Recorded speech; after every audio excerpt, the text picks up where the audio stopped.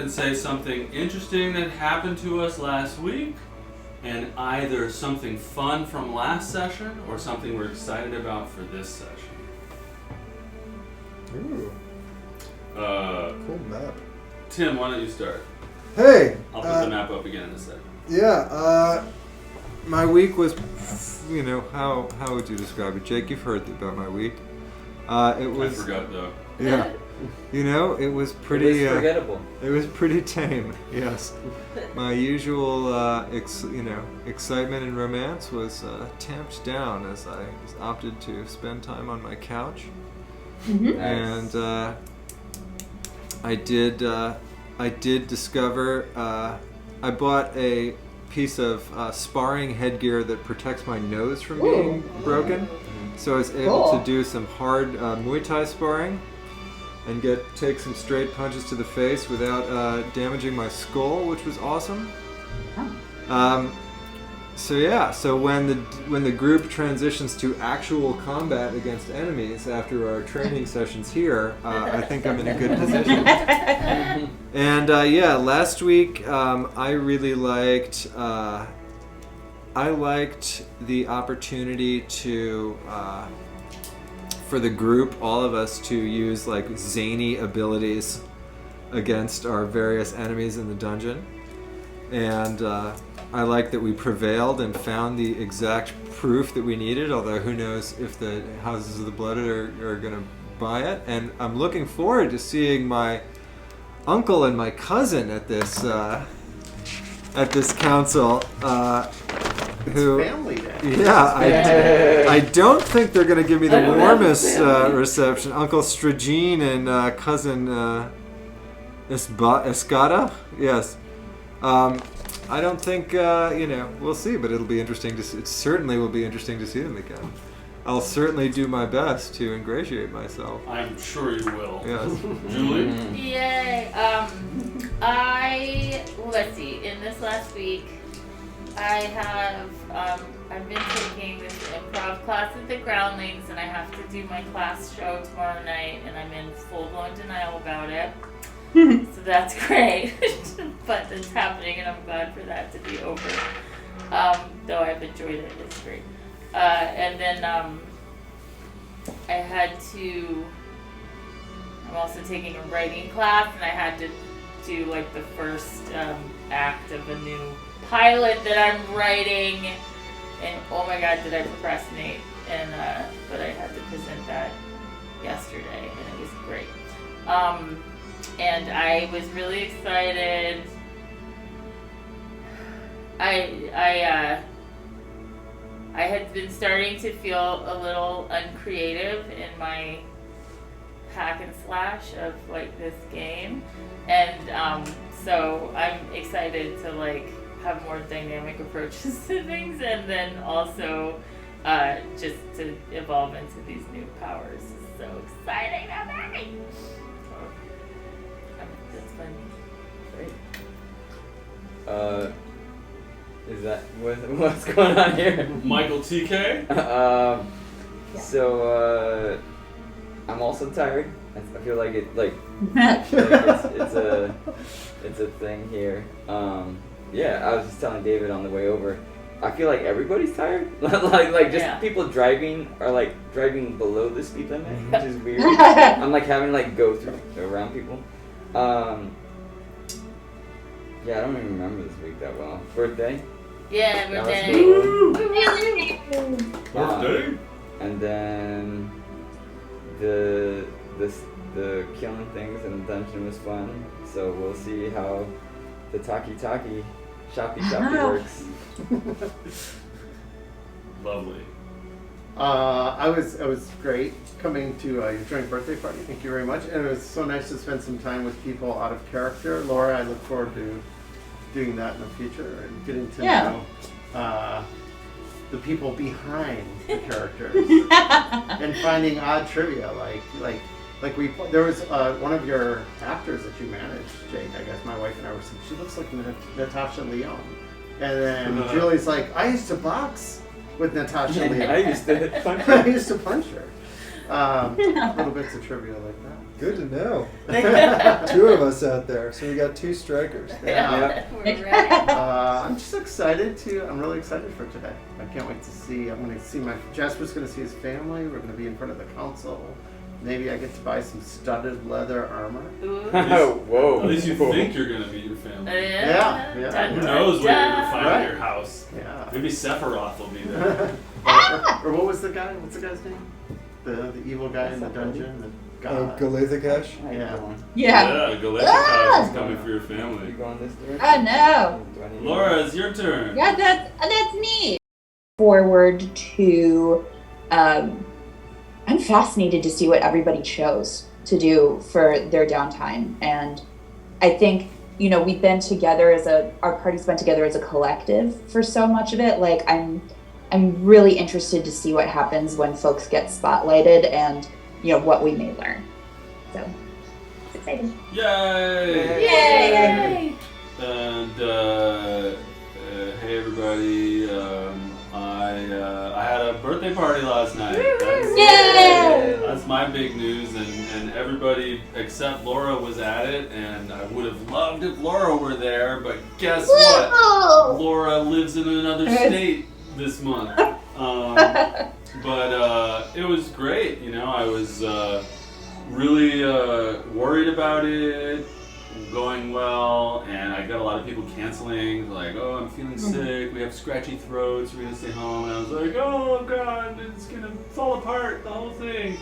And then it was just really great. It was a really nice experience. I turned 40 in a way that I liked. So I really appreciate you all being there. It means a lot. And when I finished packing up, my back and my legs were so sore, and it was like when I got home last night, I was like, holy shit, like all I did was stand around and talk to people and eat cookies and stuff. But I guess that's how you turn 40. Everything aches from like 2 or 3 hours of just standing around talking to people. And yeah, when I got up this morning, like the place where my ankles connect to my feet hurt. My back. I'm just exhausted, but I had back-to-back stuff all day, dealing with all sorts of crazy personalities, like organizing, basically like running a student government session all day. But that shit's over. I don't have to do that anymore in 2023, so I'm stoked. But I, panically ran home, panically set up the Zoom and everything, and shit, we're ahead of schedule. So I'm excited to see everything. See everything that happens today. I can't show the map and look at my notes at the same time. So let me give you one last look at the city to reference what we're up to today. And Laura, you can't see me because I'm walking over to the TV. But Okay. up in the north is Castle Dagran, where you guys were just under the Catacombs. Yep. Over here is the Nobles Quarter, Yeah. and when you were visiting the Musovers for dinner a long time ago, you were there. The Muse of Fire Theater is in the northeast of the map, which is where Jasper loves. And there's a lake here that has a fishery. Down here is the inn that you decided not to go to. You instead went to the Musovers for dinner in the session 2. There's other inns. This is like where everybody stays when they go into town. There are 2 shopping areas. One is the merchant's quarter of the docks, and it's a little higher end. And then there's the chop and the merchant's quarter of the chop, and this one's a little more choppy. And sort of these are the docks and everything, and that's the chop in the middle of the map and the merchant's quarter of the map. We've also got the Tamerwin compound in the north middle, where Lord Hans is not allowed. There's We're allowed, just not Lord Hans. faction headquarters in the northwest. In the middle northwest, there is the Temple District. I don't see the label for it, but the Temple District is right here. There's the workshop where people fix guns, among other things. There's the college and the library are right here. And down in the southwest are guild houses. So there are guild houses and faction houses. clustered together. So don't look at all of the. Oh yeah, there's a Coliseum up there. So don't look at all of that and then get a new idea of where you want to go today, or you'll get a really like vague, uninspired thing. But yeah, everybody has sort of already told me what they're planning on doing. So I wrote you each a novel. Were you able to print that character sheet? Yeah, it's in the printer if you want to grab it. It's sticking out of the printer right there. So let's get into it, y'all. Let's have a session. Oh, yes. My face is on the screen? Yeah. No, let's get Laura's face back up there. Come on, Zoom. Where are you hiding? Spotlight, Laura. Okay. Oh! Hey. Can I? Oh gosh, I'm gonna try to pin everybody else. I don't know if I'll be able to with spotlight. Okay, I'll remove your spotlight and just pin you. Okay, thanks. Here, okay, perfect. And then I'm gonna pin y'all. This appears to be functioning. Or no, every time I talk, so I'll pin you on this little computer. Yeah, it's not, you know. It is very important. We like to see your face. We must see you. This is what we are here for, is Laura. Yes! Yes, you are welcome. Yes, if I need to share a picture, which I might, then I will share my screen again. Alright. Let's do a music change. That's our opening music. Yeah, let's try this.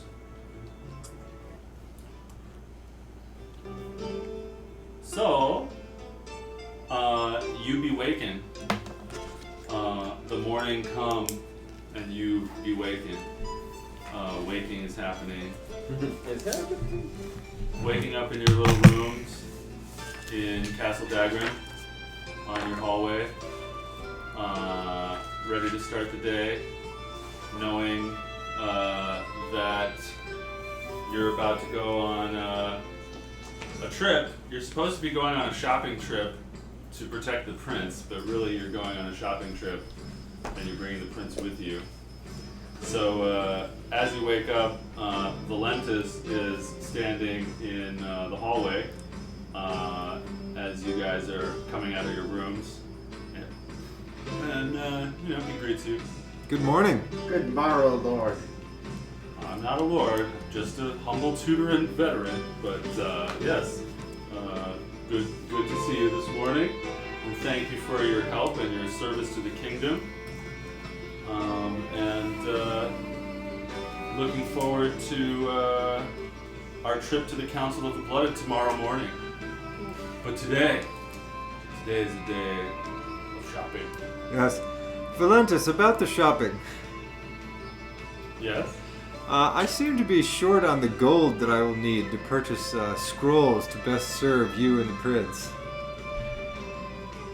I see. Do you think the prince could see his way to throwing me a few hundred gold pieces for a short-term loan that I could quickly and easily repay? Well, I don't speak for the prince, for the prince's pocketbook, but maybe when we see him, he'll help you.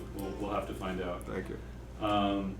So if everyone's ready, we'll start walking, and we'll grab the prince, and we'll head towards the gate.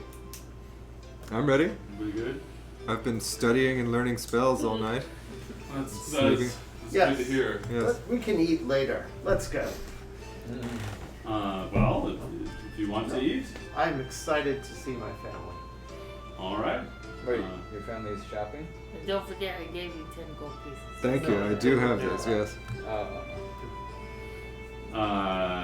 Yes, we have a full day ahead of us. Perhaps there'll be time for you to do other things besides shop. But we're going to take this prince shopping. Maybe he'll buy us a golden carriage. All right, so we all start walking.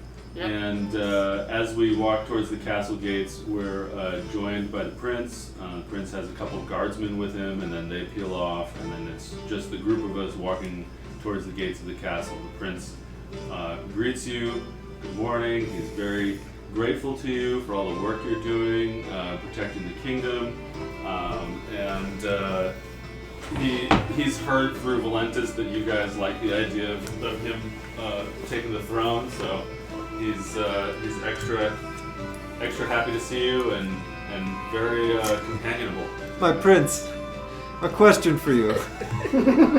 As you're walking towards the gate, West Wing style, down the long stone hallway. My prince, I am a temporarily embarrassed member of House Tamerwin. In order to purchase the scrolls that I will need to best be of service to your efforts to attain the throne, I may need a small loan of a few hundred gold pieces to acquire the spells that I need. I am very indebted to you. Yes. And you've helped me greatly. But I wonder if I remember, I was there when my mother was giving out gold. A lot of gold was given to your party. Yes. It was given to the party. Yes. Have you tried speaking with your party members regarding your gold? Excuse me for a second, Prince. Hello, party members! As you're walking, you sort of land at an antechamber, like an anteroom, like a little room with hallways going on of it. It's sort of a good stopping point for you to talk to your party members. And the prince looks at you and starts tapping his foot, and Valentis looks a little impatient. This is a difficult conversation. Lord Hans, how much do you need? I need a small loan of perhaps two or 300 gold pieces, depending on how much the shops overcharge here, which I would be able to repay promptly upon my re-entry into the good graces of House Tamerwin, which will surely come to pass after I'm allowed to speak with my uncle and cousin tomorrow at the Court of the Blooded. I would be happy to contribute some of that. Thank you. All for one, and one for all. You know, to be perfectly fair, if you're coming with me to the spell shop, which I would recommend for my fellow spellcasters here, you might find something of interest, and we'll have a better idea of what the prices are in the community here. I've not had to shop for spells outside of my own house, as embarrassing as that is to say, so perhaps we'll get a bargain and it won't need to be very much. Wait, so you're saying you can get free spells at your house? Yes. Why don't we just go there? Well, that's a good question. There was a bit of a misunderstanding at the Tamerwin estate, and I am temporarily traveling to any and all destinations besides the Tamerwin estate, from which I am permanently banned. For what reason? Why were you permanently banned? Are you familiar with with my lineage, the House of Tamerwin? Not particularly. My family are mages like me. And as you'll see tomorrow, you'll have the pleasure of meeting my esteemed uncle tomorrow. They're not a compassionate group, and I violated a minor rule, and they didn't take kindly to that. And then, of course, when you met me at the Children's Rebellion in trying to get a leadership role there in a group that is ostensibly exists to overthrow and annihilate the nobility, that too was frowned upon by the leadership of House Tamerwin. What minor rule did you violate, Lord Hans? So the prince is looking impatient. He interjects. Is one of you going to loan gold to him? I'm just wondering. We can walk and talk. To be perfectly honest with you, I did attempt to enchant a member of my own household, which is a cardinal rule of House Tamerwin that you never do, and I simply did it out of it was simply a curious prank. But my cousin Lucilla got very upset, and there you have it. Let us never speak of it again. Can't you just change your face? I've seen you change your face before. I could change my face, but those mages could. There are mages in those buildings that are capable of annihilating the entire earth with a snap of their finger, and they can easily see through my illusions. Could I do an insight check on Lord Hans to see when he's, sort of underplaying, like, oh, I played a prank on my cousin. Like, Sure. is that... Roll insight. Okay, 14. Lord Hans, why don't you offer like one detail you'd rather not offer about the thing, but not the whole thing? Well, I knew what I was doing was wrong, and I knew that it could have consequences, but I did not intend. It was a simple cantrip, and I did not intend to cause any harm to anybody, and I was not aware that in my youth that after enchanting somebody they get angry with you and in fact begin to hate you. So as you all are talking about this, the queen walks by with some attendants and looks at the group of you. Good morning. Good morning, The my saviors queen. of my son. Good morning, Your Good Grace. morning, Your Grace. Yes, good morning. I hear you are accompanying my son, protecting him on a shopping journey today. Yes. That's right, correct. Your Highness. Well, it's getting late. It's a long walk to the store. I might almost be suspicious about your activities, considering you're not already on the road. Well, you're right. We were just having a discussion about a distribution of some funds, but I think we've resolved it. And I'm going to go check on my art collection in the basement, she says, and walks away. well, we should leave immediately in that case. Yep. The prince butts in. Is anyone lending you gold, or what's going on? I think my companion Jasper is going to lend me some gold, but your contribution would also help, my prince, if possible. Well, I'm interested in seeing what happens among your party before I. All offer right. you Well, yes, gold. Jasper's lending me some gold, so thank Lord you. Hans, I will match any gold the Thank you. Prince gives you. Okay, roll persuasion on the prince. Prince gives him 2,000 gold. Up to a limit of Oh, 13. Go up. First he has 13. 10. Then it And was be aware there are many dice trays present, yes. and many dice for you. 13 on the prince, Yes. including your bonus. Yep. Okay. The prince digs around in his pocket and he said, "Well, I was looking forward to shopping myself today, but let's see what I have extra for you." He gives you 200 gold. Oh, hey. wow, that's pretty good. We can Wow, you're gonna match get. that. You're Thank gonna you, get my 200 gold. Lending. Wow. him Lend. 200 gold. Very, very generous. Well, up to 200. We'll see how much he needs. Thank you. And the prince says, "Might I suggest that since you are a group, that you share the money that you have moving forward. So I know that some of you, I was there when I saw one of you got 600, the other one got 600. You can share, yes." I think that's an excellent idea. And Lord Hans, when you recover your nobility, you will share that with all of us. Of course, when I recover my nobility, this group will be in the finest silks and linens. The prince says, "I will hold you at your word as your king." And he kind of whispers it. And he also says all of that less assertively than I said it. So you all keep walking towards the gate. You get out of the gate, and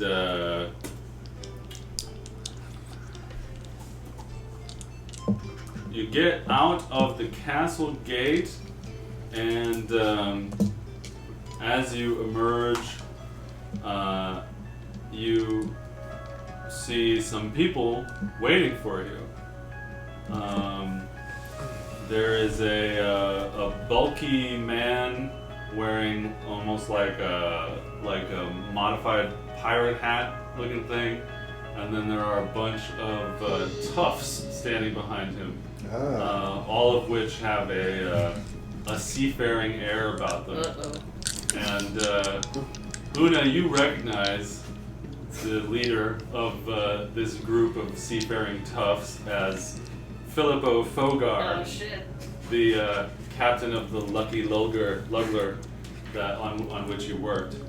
And let's see what comes out of my mouth for a voice here. He looks at you and he says, "Una, it's time to come back to work. We're shipping off. And whatever you've been up to with the queen and such is over now. Now you come back to work. Captain Fogar, I was just coming to see you actually today because I'm not coming back to work. The group of men, which are at least 14, as you see a couple other ones come out of alleyways and stuff, start cracking their knuckles and shifting their... You're not coming back to work! No! But you're in debt to me! I know, but I actually have the money for paying off my debt, so... Ho ho ho ho ho! Where would a person like you get 250 gold? Well, I got it from the queen. You're telling me you got the gold? I have it, yes. The men behind him look confused, and you hear the 250 gold. Where did you get 250 gold? I helped with the job. I did the job, they paid me money, and now I get to pay you. Then I have it right here. I have it on me. It's ready. Well, he looks very confused and kind of crestfallen. He's like, so you're saying you won't be coming back to defend me ship with your strong fighting? I got a new job. Some of the toughs look kind of upset that he's so interested in you. They look kind of jealous. It's yeah, I got a new job. I can't believe you got all the gold. Well, let me see it then. All right, I got a little sack ready with the 250 broken off, so we can't. Is 250 like normal? Is that? That's a lot of money. It seems like a lot of money. It is a lot of money. Well, this guy. Anyway, he introduced a thing called interest, and evidently Usury. when I started working for him, he started Usury adding law. interest to my pay. So Usury. somehow I worked for him for 4 years, and I owe him 250 gold pieces. Your Grace, is that legal in Elenia Toth? As you're having this conversation, the toughs start to look like they know what Oh, they're okay. doing. They start to look angry. And Well, they're- Una, maybe this is your deal. I'm happy to. I mean, maybe you can talk him down. I'm That ready to seems put a him to little- sleep. Yeah. Look, I'm okay with paying my debt. I was prepared to pay this debt. I'm excited to pay the debt and be done with being owned by another fucking You were person. owned. Well, yeah. She was an indentured servant. No one's owned by anyone, but she's paying off her debt. Lord Hans, after this is over, I'd like to talk to you about this interesting concept of interest. Yes. I'm gonna message. Do you need help here? Do you need somebody to persuade them or attack them or something? What is this guy whispering to you? Or TNTs. We have a shopping trip we need to get going on. We're Definitely. doing something in service of the prince. Now we need Yes. to make our way. It's an important. Well, then give me the gold. Okay. I'm happy Well, to give you the gold. Why should she give you anything? She shouldn't have to be your slave. She's not a slave. She owes a debt. She owes a debt. I bought her. I bought her fair and square. I bought the debt from another ship captain, and she's been working off her debt on my ship. Now give me the gold you owe me, or heads are gonna roll. I What mean, is the prince doing? Okay. if he's threatening, I'm gonna turn into a bear and just be like, All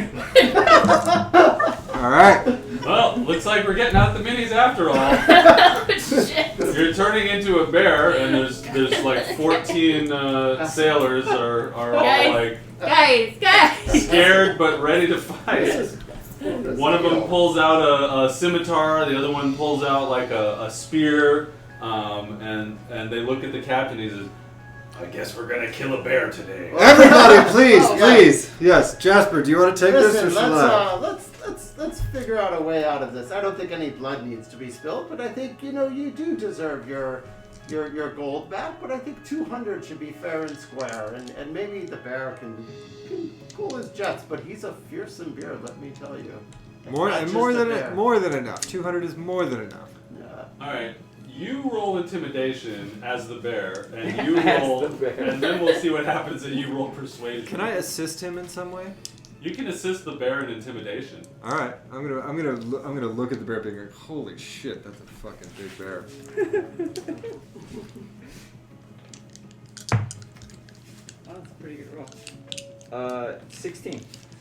Okay, the captain looks scared of this bear, but he's trying to hide it, and the toughs are still like sort of trying to do it, but you see a little crack in their veneer as you describe your scariness.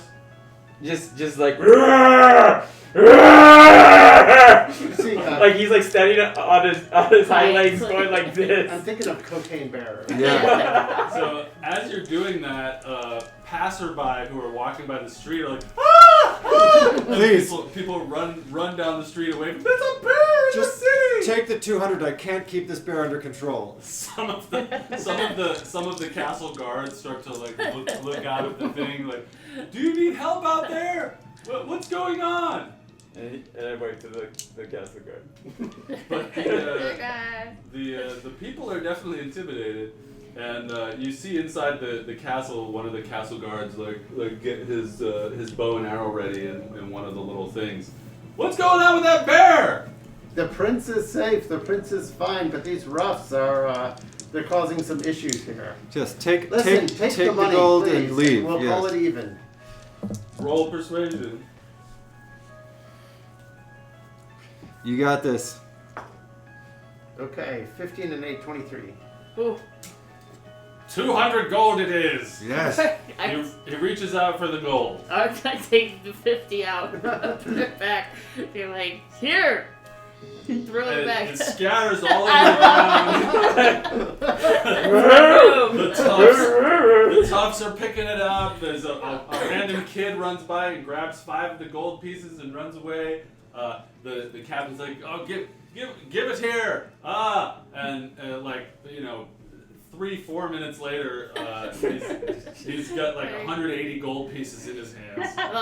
And he looks around at you, he looks at the bear. Like, dang it.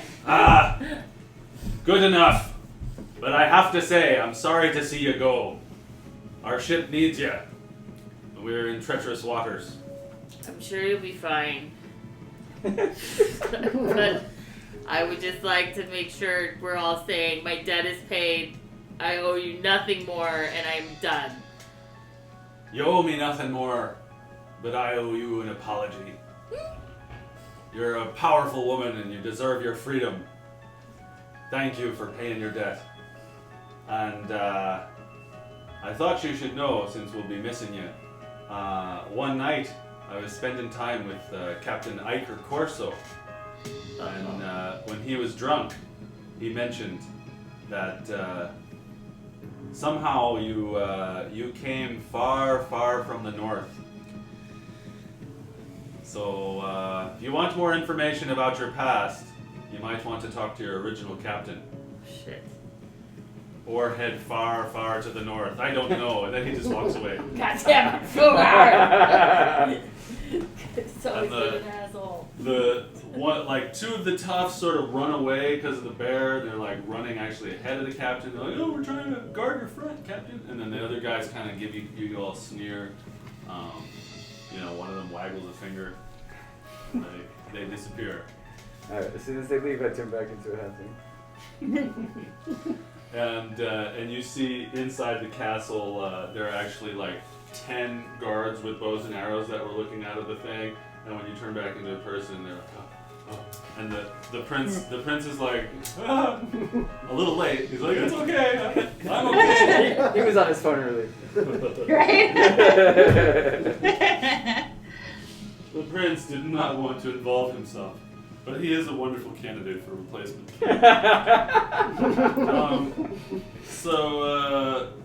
Okay, so you're standing there, and Valenta says, well, I'm glad you're out of that. That was dramatic. And Valentis lets you know, so we have 2 choices of places that we could go shopping. There's the Docks Merchants Quarter, and there's the Chop Merchants Quarter. And you players know, you characters, you human beings, not human beings all, you people know that The docks is a little bit more upscale of a shopping experience, and the chop is a little bit more of a downscale shopping experience. Based on the time it takes to walk all over the city and everything, you pretty much have time for only one of these places today. I think the docks will have a better selection of arcane spells. Would they? Like my character has no idea anything, but like, would they know like where could they get spells? Where could they get studded leather? Well, he hasn't been battling much, and he's been locked in his place a lot. But you can roll insight, Jasper. I would be. See what you're familiar with in the city. That's cocked. 19 plus something. Yeah, so based on your what you've heard at the Actors Gang, based on what you've heard at the Musifier Theater, and what you've seen in the streets and heard from nobles at parties and stuff, there are selections of all types at both places. There's magic-related stores in both areas, and there's stabby and protecty type places in both areas. But one's more downscale and one's more upscale. One's right next to the slums, and one's right next to the place that all of the goods come into through the docks. I think both options will give us everything we need. It's just a question of how much we might have to pay, but maybe there's better quality in the more expensive place. But I'm wondering, Volantis, if people kind of working in the employ of Her Majesty get some sort of discount at the docks. You do wonder this. Okay. No. What do you say? Yes, it's up to the group. It I'm is not even true really that shopping, so it's up to you guys. Oh, go ahead. Oh, I have no coin to spend, so I do not have a horse in this race. Well, I was just about ready to give 50 more of my gold pieces to my old boss, so anybody who needs something, I'm happy to throw that on the table. And I am more familiar with the docks, as that's where I would come into port. And I feel like there's a lot of stuff that you'll find in the dock shops that maybe won't be on the more inland shops, because it gets sold down there.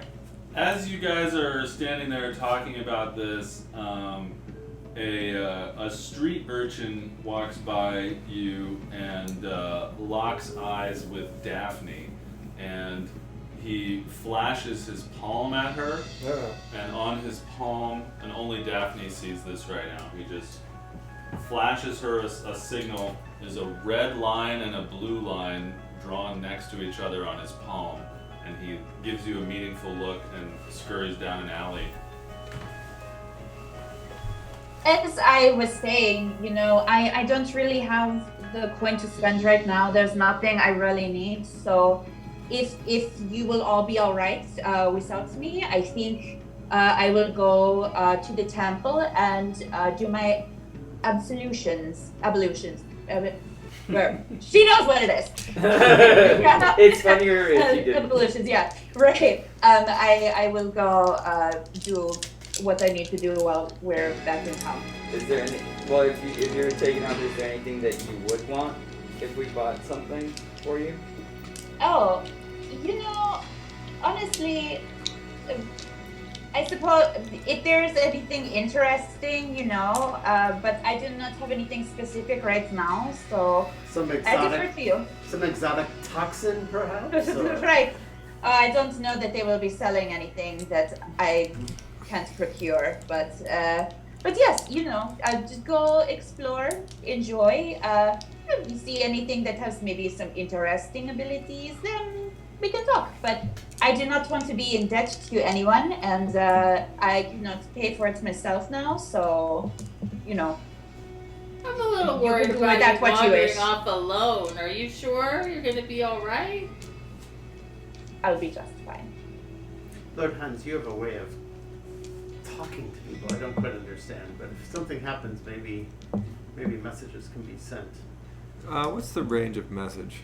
I think you have to see. I think you have to see the person, right? Yeah, you do. Oh, okay.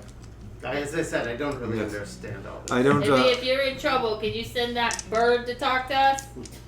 Yes. Yes, Good. absolutely. And then, so meet us at the castle. That's at nightfall. Yes, perfect. Au revoir. And what temple are you going to? The temple of Pactilius. Okay. Birds, you know. All right. Have fun. I always do. I'm trying to open my Raven soundboard. Anyway, like your Raven hops down and he actually hops up on your shoulder. Yeah. And where do you head, Daphne? Casually, as to not attract attention, but I am going to wander in the direction of that urchin. Okay, so you head down the alley that the urchin headed into, and he's waiting for you down at the end of the alley, and he tells you that a certain friend of yours, Crenshin Sneck, is nearby in a hookah bar called the Hollow Eel, and that he wishes to speak with you. Mm-hmm. And then the urchin runs away. Mm-hmm. Well, I am happy to partake. I will head to this hollow eel.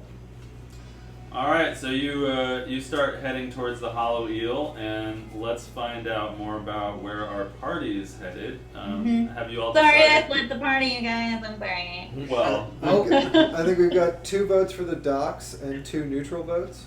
So it sounds like we're going to the docks. all right, so y'all decide to go to the docks. Let's see if I can share my city map again, or maybe I closed it. I like city maps. So you start heading towards the docks, and you're walking through a large and bustling city. There are people all around you. You are passing through the inn, the area where all the inns are, where all the travelers stop at inns. And you see a lot of various people from far off lands, travelers and such.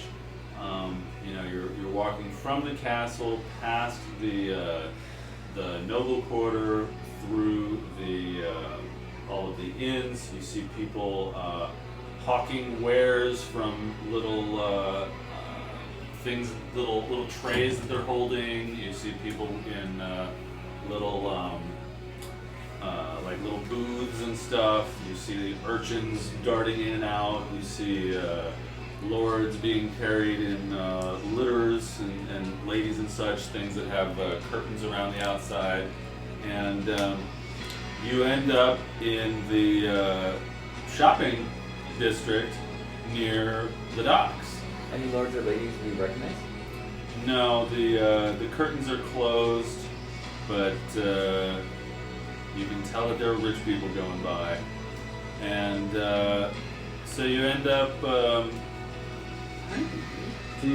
at the shopping area in the docks.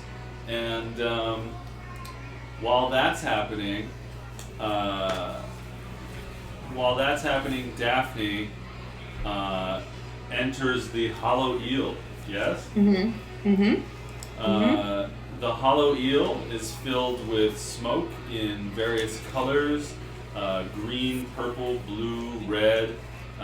There are plenty of nefarious characters lurking around. Mm-hmm. And hang on just 1 second. Mm-hmm. Sooty, you can't be on the DM table. She wants to run it. Oh my god. Oh. Oh.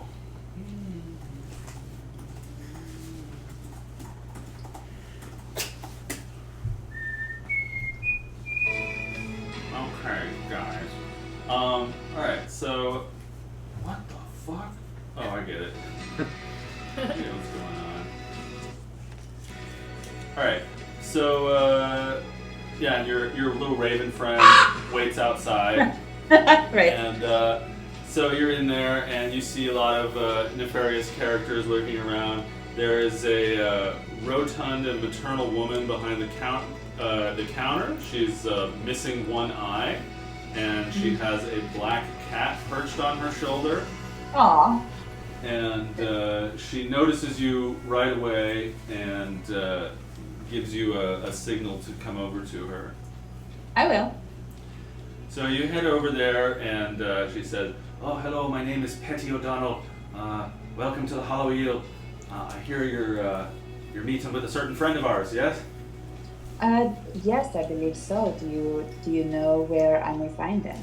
I was asked to send you back to the private dining room back there, right by those very large and muscular guards, right by the door to the private dining room right there. Right. They seem like very nice fellows. Thank you. Thank you for your assistance. Yeah.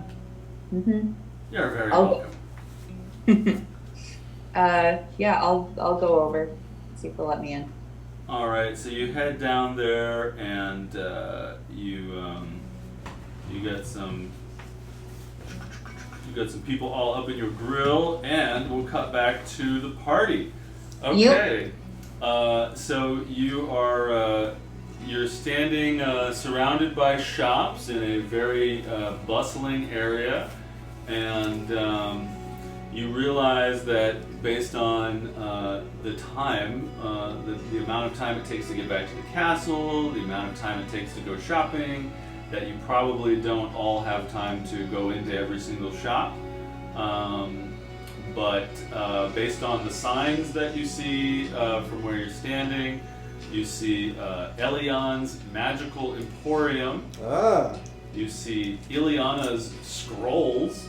Which has a big wooden sign that's shaped like a scroll with little curlicues and stuff. On brand. You see Toriu's Marvelous Caducatorium, which you know is a wand store. You see Enwerwell and Golda's Armor and Shields. You see the Ring of Life bookshop. And you see a store called Clothing of the Gods. So what's the difference between the Magical Emporium and the Scroll Shop? You don't know. Oh. Well, we don't have time to check out every store based on the time of day it is, but I would say we meet here in an hour, back here at this spot with the signs. Does that suit the party? Volantis, do you know what the different stores are? Valentis says, "Well, I'm a veteran, not a magician. I'm sure that one has scrolls." Nothing but scrolls. Your power deduction is quite impressive. Yes, I'm sure the other shop also has magical things. I don't know, but I guess I'll keep my eye on the prince here. Maybe one of you should stay here and protect the prince while the others of you go into the store. I don't know. Would the prince like to come with me into the Which into one the is scroll the prince shop? wants to check out? The prince says, I'm here with you. Yeah, let's see. I think you'd be interested in these magical scrolls. Do you have any spellcasting ability yourself? No. You have any interest in learning? No. Okay. I'm good with a bow and arrow and Well, that's about it. perhaps Jasper can take you to the armor shop to get a look at some new sets of armor. Great. All right. So who's going to what store first? Who's got the first store trip? Scrolls. Lord Hans, you have how much? 350 gold. Oh, I gave you the gold already. Very good. No. The prince gave me gold. I thought I gave They you gave 200. you 2. Yes, I had 150 before. Oh, very good. Oh. You're all So set. I may need more gold later to learn the spells, but Very well. but for now I simply need enough to buy the scrolls. Which Okay. if this taps me out, then I will need to borrow some from you to learn the spells. That sounds great. And if that happens, I'd like to learn more about this concept of interest. Yes. It sounds fascinating. I can tell you all about it. Okay. So who's going in the scroll store? I'm sorry, go ahead. Would you get Jasper's has, going to the armorer. Hassan, you might find the scroll store interesting if you learn spells in this way. I don't know if your kind learns spells like this. I learned spells from the earth. We're starting with the scroll store. So who's going in there? The That prince just and looks you? like, yes, well, it sounds like it's just me, so Well, I'll go. if the prince I'll is going stay in, and guard the prince. I'll go inside too. Okay, so she's guarding the prince. You guys are going in the scroll store. I'm gonna go to the armorer. You're headed to the armor, so we'll get to that a little Yeah. bit later. So Oh, is that? the time. So we're going to the scroll store first. Yeah. Scroll store. Hello. Who's going? You and the prince and. I guess we should all go. Yeah, let's just all go If we don't together. have time to go to both stores, so we don't have to split up. We'll all go. All right, so everybody goes to the scroll store. Yeah. Wanna make sure You go into Ileana's scrolls, and there's this extremely elderly person who you have to assume is Ileana based on your assumptions. The name tag on her shirt. Yeah, and she's super duper old. She has little like those little circular glasses that like sit on the end of your nose, and she's Hello, welcome to Ileana's Scrolls. I'm Ileana, and these are my scrolls. Well met, Ileana. Truly a scholar. scrolls everywhere. Ileana, I am in need of some scrolls of magic spells. Can you be of help? Yes, of course. I have many scrolls for you. Let me show you all of my scrolls. First, this is a popular item. Is a scroll of acid splash. Ah. You know that Acid Splash is a cantrip that allows you to hurl a bubble of acid that does 1d6 damage to people that were in 5 feet of each other. You also know that you don't have the ability to learn any new cantrips. Yes, I do know that. But it is a spell on a scroll that you can cast with a scroll. This acid splash scroll is only 20 gold pieces. She points at another one. This is a scroll of augury. Using it, you can cast the spell of augury. I'm familiar with that spell. No need to describe You're it not to me. interested? Oh. I'm very familiar with it. Okay, now this scroll right here, this scroll is a scroll of pain. If you wanted to cast pain, you could use my scroll. Ah, yes, okay. And what's this other one over here? This is a scroll of calm emotions. Okay, interesting. Yes, this is a spell for bards and clerics and not wizards. Yes, I see that. And, Please continue. Yes, okay. And what's this one here? Yeah. It stops people from being charmed. I see you might be interested in it. It's 240 gold pieces. No, thank you. What, Do you have a theater section? Theaters. Plays? No, this is a scroll store. Sorry. What did you say? This is a scroll of charm person. Yes, I have that one. Thank you. And anything else? This is a scroll of locate animals or plants. Okay, I'm pretty sure I know where the animals and plants are that I need to know about. Anything else? This is a scroll of long strider. No, thank you. Anything else? Long spell. This is a scroll of resistance, No. which is a cleric spell. Yes, Cantrip. I know. Anything else? This is a scroll of suggestion. I have that one already. And a scroll of truth. A zone of truth. I was like, scroll of truth. Scroll It's a good book. Zone of truth, which is a cleric and paladin spell. Yes. What are the? Let's tell me about the wizard spells that you have here today, please. Well, these are really my scrolls. All right. But I have, I do have a bargain bin of scrolls that I have not sorted. Let's see. Yes. What do we have in the bargain bin to here? investigate. Yes, I would like to investigate the pile bargain of bin. Unsorted scrolls. You know, I haven't had any breakfast. Do you have any cheese? That is a 25 investigation. Alright, hang on a second. No cheese. Hang on, guy. So she hears you, and she's.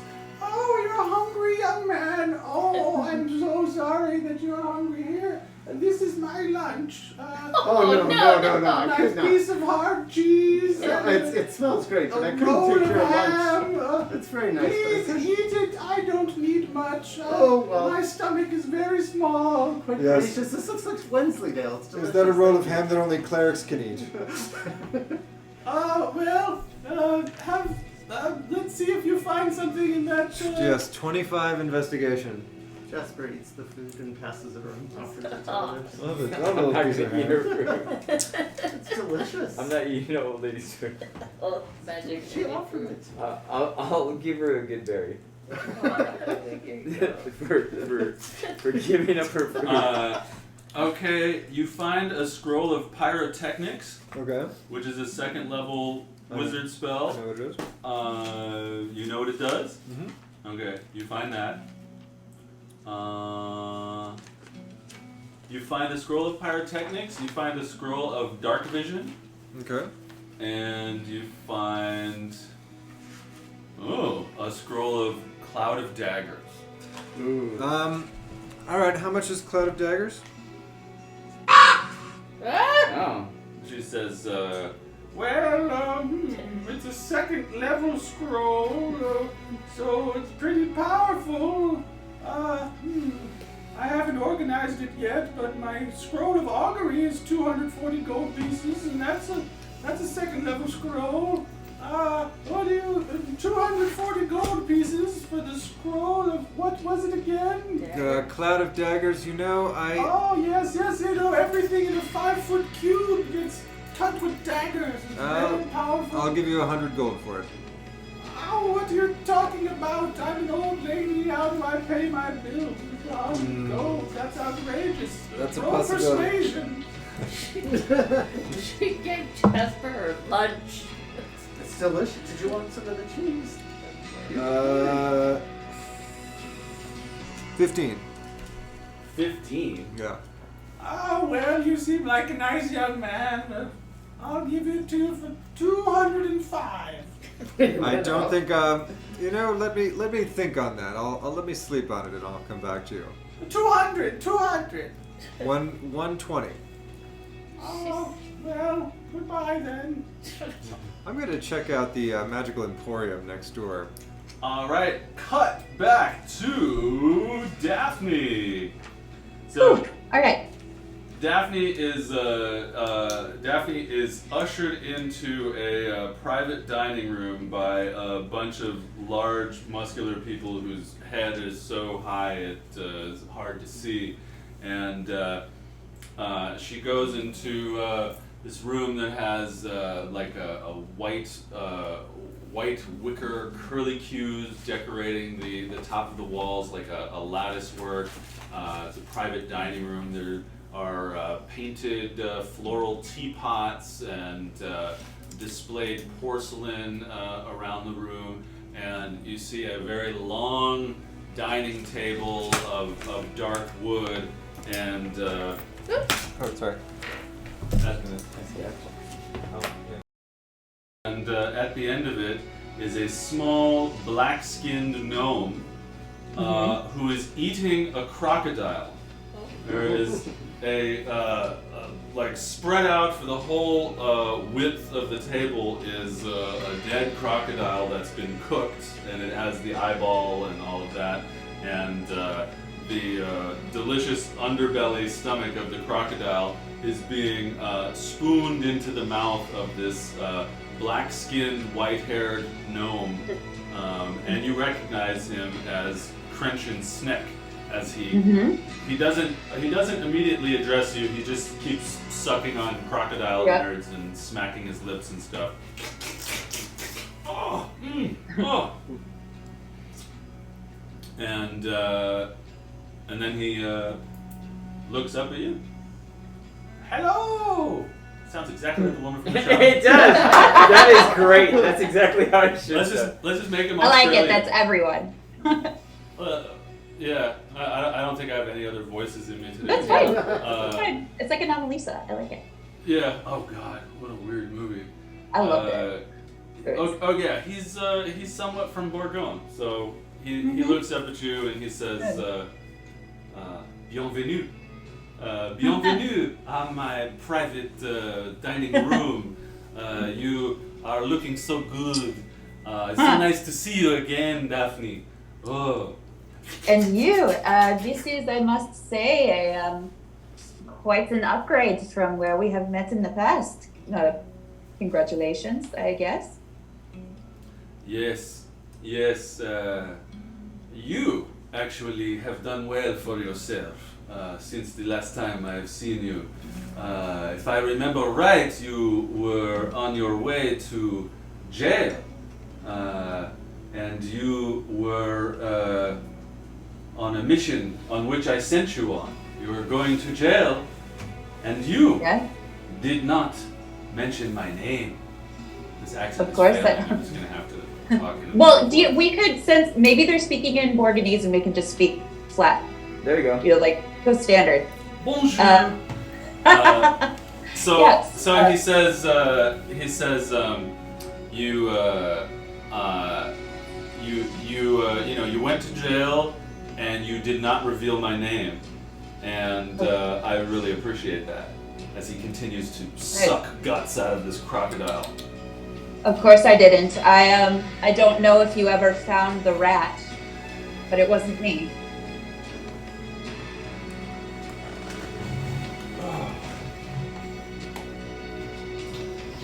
No, it was a very complicated mission on which I sent you, and I know that the people turned against you who were with you, but I appreciate that you did not turn against me. And not only have you protected me, but you have gained influence and gained access to the castle and the queen. Congratulations. Thank you. Yes, I do think our standing has definitely improved. In fact, I think we have skipped several steps, no? Oh yes, we have skipped many steps, and now we have more influence thanks to you. So first of all, I want to thank you for protecting your friends. He motions to one of the extremely large men, and that person drops a small sack in front of you that hits the table with a hard knock. A gift. So, yeah. Look at it. Or maybe can she tell, like, is it coins if she picks it up? Or It feels like one big hard round thing. alright, so she'll, well, I do love a good gift. I'll open it. Inside is a star ruby worth 1,000 gold pieces. Ooh. Oh. Sparkly. Yes, Put well, it back and put it back. you were prepared to go to jail for 7 years without revealing who gave you your job. And Well, you know what they say, fortune favors the pissed off. I agree. He like takes a big hunk of crocodile guts and just like guzzles it into his mouth, and like, stuff drips down his chin.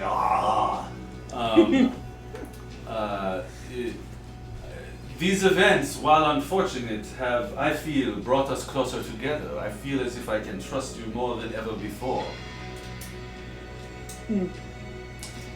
So I want to ask you for a new favor, for which you will also be handsomely rewarded.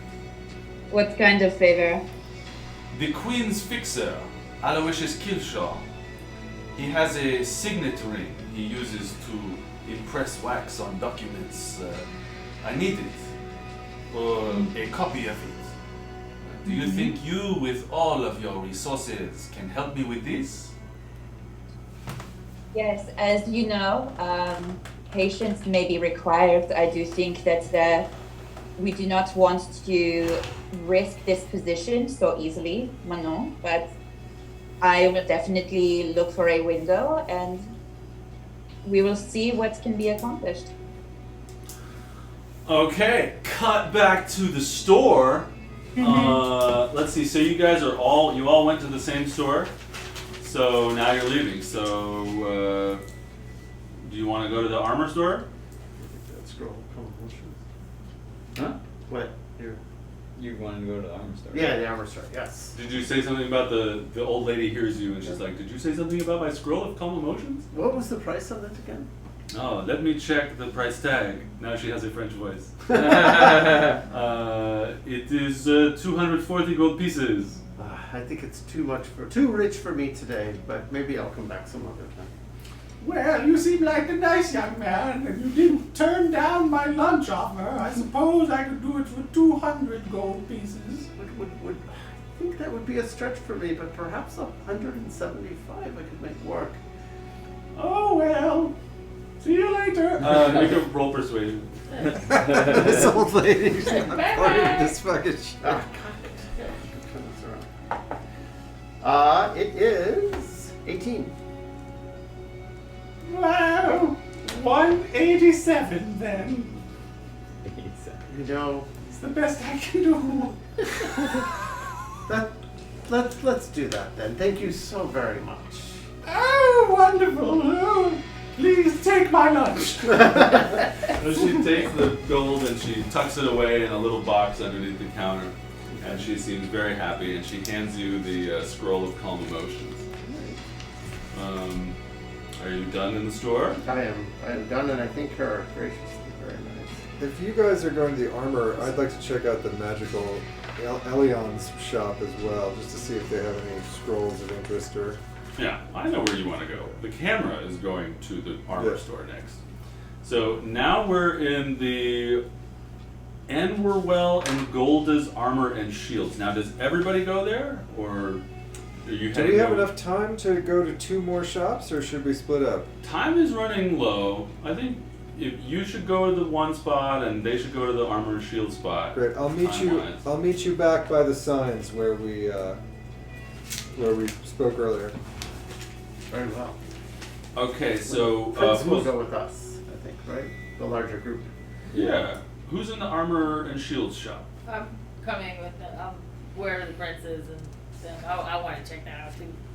Okay, so you head in there, and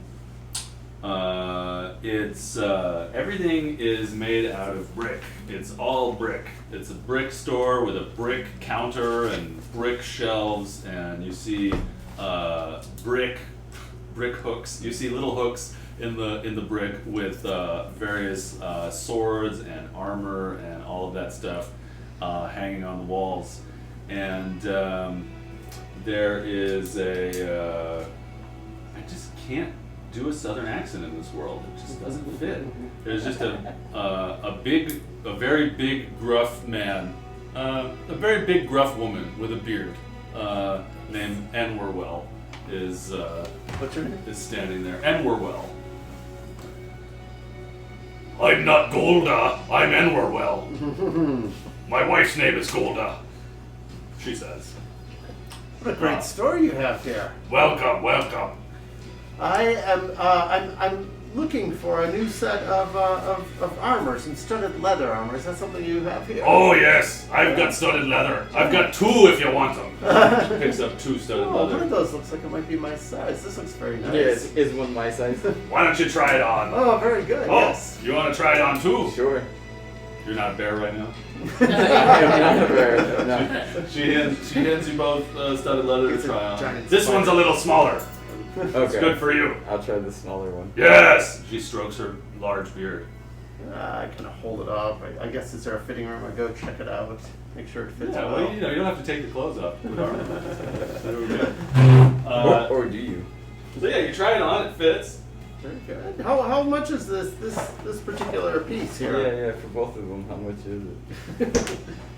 Well, this non-magical, mundane item that you can find anywhere on the street, it's only 45 gold pieces for each one. Oh, and do you have any more special sets of studded leather armor? Or leather armor, I guess. Well, here's what we got. We got a couple of pieces of magical stuff and a couple of normal things. This is adamantine half plate. We got chainmail, half plate, and hide armor. And then we got mariner's chainmail. For all you look like a mariner to me. Mariner's chainmail. It's very expensive though. Mithril ringmail and mithril splint. Wow. Yep. That a lot of that magical stuff is very expensive. What are you interested in? Is any of the magical stuff considered light armor? Didn't sound like it. Didn't sound like it. I'm just very new at all this. I'm really an actor. Do you ever go to the theater? No! I go to the Coliseum and watch them split heads. Oh, that is good entertainment. And she strokes her giant beard. some more. Doesn't sound like any of the magical stuff is light armor, is that right? It's all medium and heavy. I will just take this wonderful set of studded leather armor, and then I may look for a shield. How much? Oh, you said 45, right? If we were to buy 2 sets of the studded leather armor, is there some sort of break we would get? Well, it's already pretty inexpensive. You can roll persuasion if you want. Yeah. 18. Well, I suppose it's 90 altogether. I could sell them for 80. That's a great deal. We'll take Sold. it. So, do you have gold? Yeah, Yeah, I'll let's get split 40. Yeah. And you there. You look like a fighting sort. You want any of this? So you know as a barbarian that you have a good armor class when you aren't wearing any armor. Yeah. But you are proficient in medium armor, I think?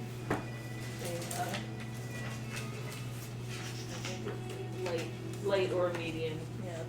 But the adamantine half plate is 1250, the mariner's chainmail is 1580, the mithril ringmail is 830, and the mithril splint is 1000.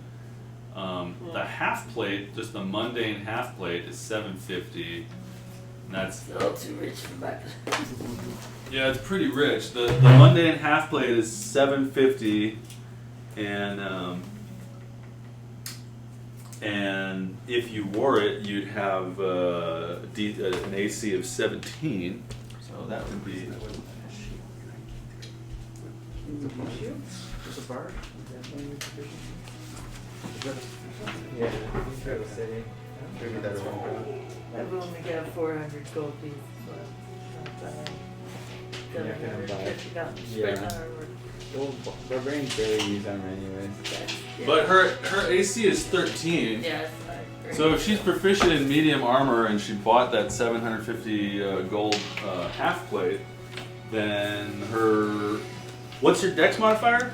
0? 1. 1. If you bought that, your armor class would be 16. I don't think barbarians have anything that's limited by their. Or some of them, what? Oh, I guess it's the heavier you have like disadvantage on something. So while you guys are thinking about that, But we'll cut to Lord Hans. So yeah, you think about whether you want to wear medium armor or not, and maybe Michael, you can help her with that decision, please. So Lord Hans, you are at let's see, the Elian's Magical Emporium. Hello, Elian, I presume. Oh, yes, my name is Elian. Some people call me Margaret Thatcher. Yeah. Yes, Prime Minister. Yeah, so you walk in, everything in the store is very posh. There's like velvet chairs. Ah. There's a person with a little hat on. There's like a woman with a Margaret Thatcher voice. Yes. And Welcome to my magical emporium. Everything you need is right here. Have I'm. you heard of my work in the Falkland Islands? I have heard, of course, of your ability to park ships at a range where they can launch their catapults farther than the mainlanders could. Thus fought a war with virtually no casualties. Very, very brave. Ah, thank you. What would you like to see? I was just at the scroll shop and was a little disappointed with their inventory. Do you have any spells for sale today? Now looking at you, you look like a wizard, is that right? That is. Your eyes do not deceive you. So I imagine you're only looking for scrolls that fit wizards? Correct. Okay. Well, let me see here. Yes, Ileana and the other shop seem to want to sell me Bane and Calm Emotions. Oh, no, well, I do have scrolls for clerics and druids and such, but I imagine you're looking for wizard spells. That's correct, Miss Prime Yes. Minister. Yes. Either a breastplate or a chain you can't do heavy your stuff. So. One moment, I'm just paging through my Please take your time. paging through my things. And then Let's see. This one's for a wizard. It's a scroll of Earthbind. Okay, interesting. Yes, choose one creature you can see within range. Yellow strips of magical energy loop around the creature. The target must succeed on a strength saving throw, or its flying speed is reduced to 0. Yes. Spell's duration. That's for flying creatures, You right? can make a flying creature earthbound. Yes. I have a spell of Earthbind, a scroll of Earthbind. It's, well, it is very expensive, but, you know, you're a handsome gentleman, so, any- 240. Anything else today? Let's see, let me see, is this a wizard spell? Oh, wow, this is a 3rd level spell, wow! That would be beyond my abilities right now. Do you have anything of for slightly, I'm ashamed to say it, but my talents are still developing. Well, that was a scroll of remove curse. All right. And here's another 3rd level spell, it's a scroll of sending. Okay. No, I do have a spell book for 102 gold. All right. Yeah. That's interesting. That might be a candidate for me. And what else do you have? Well, I have True Strike, which is a cantrip. Many people think it's terrible due to the action economy. Let me see. There's a spell book. If anyone was to set your current spellbook on fire, or Yes, I'm interested in the steal spell it. book, but I'm also especially interested in any level 2 spells you may have for a wizard. Well, for wizards, that's what I have. But if you want to search in this giant barrel of unsorted scrolls, Yes, I would love to. Perhaps I can find you a. is there something that you're specifically looking for? Yes, I have a list. I have a wish list, and if anything gets on that wish list I find, I'll take I it. tell Jake.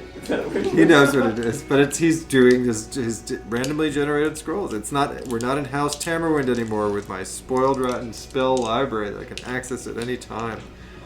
That is 20. Dirty 20. Great. So you spend a long ass time sorting through this barrel, and you realize as the time is passing that you pretty much have to either take one of these ones or the ones from the old lady, because time's almost up. You know. All right. In this barrel, you find a scroll of magic mouth. Okay. And it's pretty interesting if you don't know what it is. Let's see what else. And that's a ritual, right? You find a scroll of knock.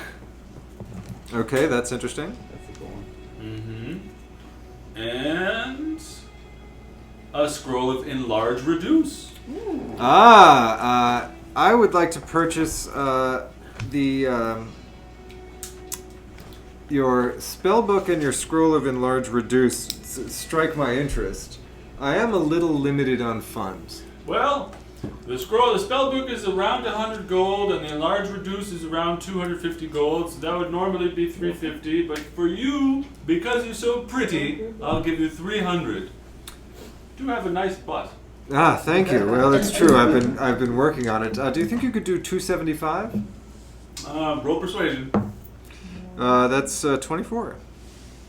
I suppose. All right. He turns, looks over his shoulder. But you're almost putting me out of business. Thank you. Good. Thank you, sir. I appreciate your help.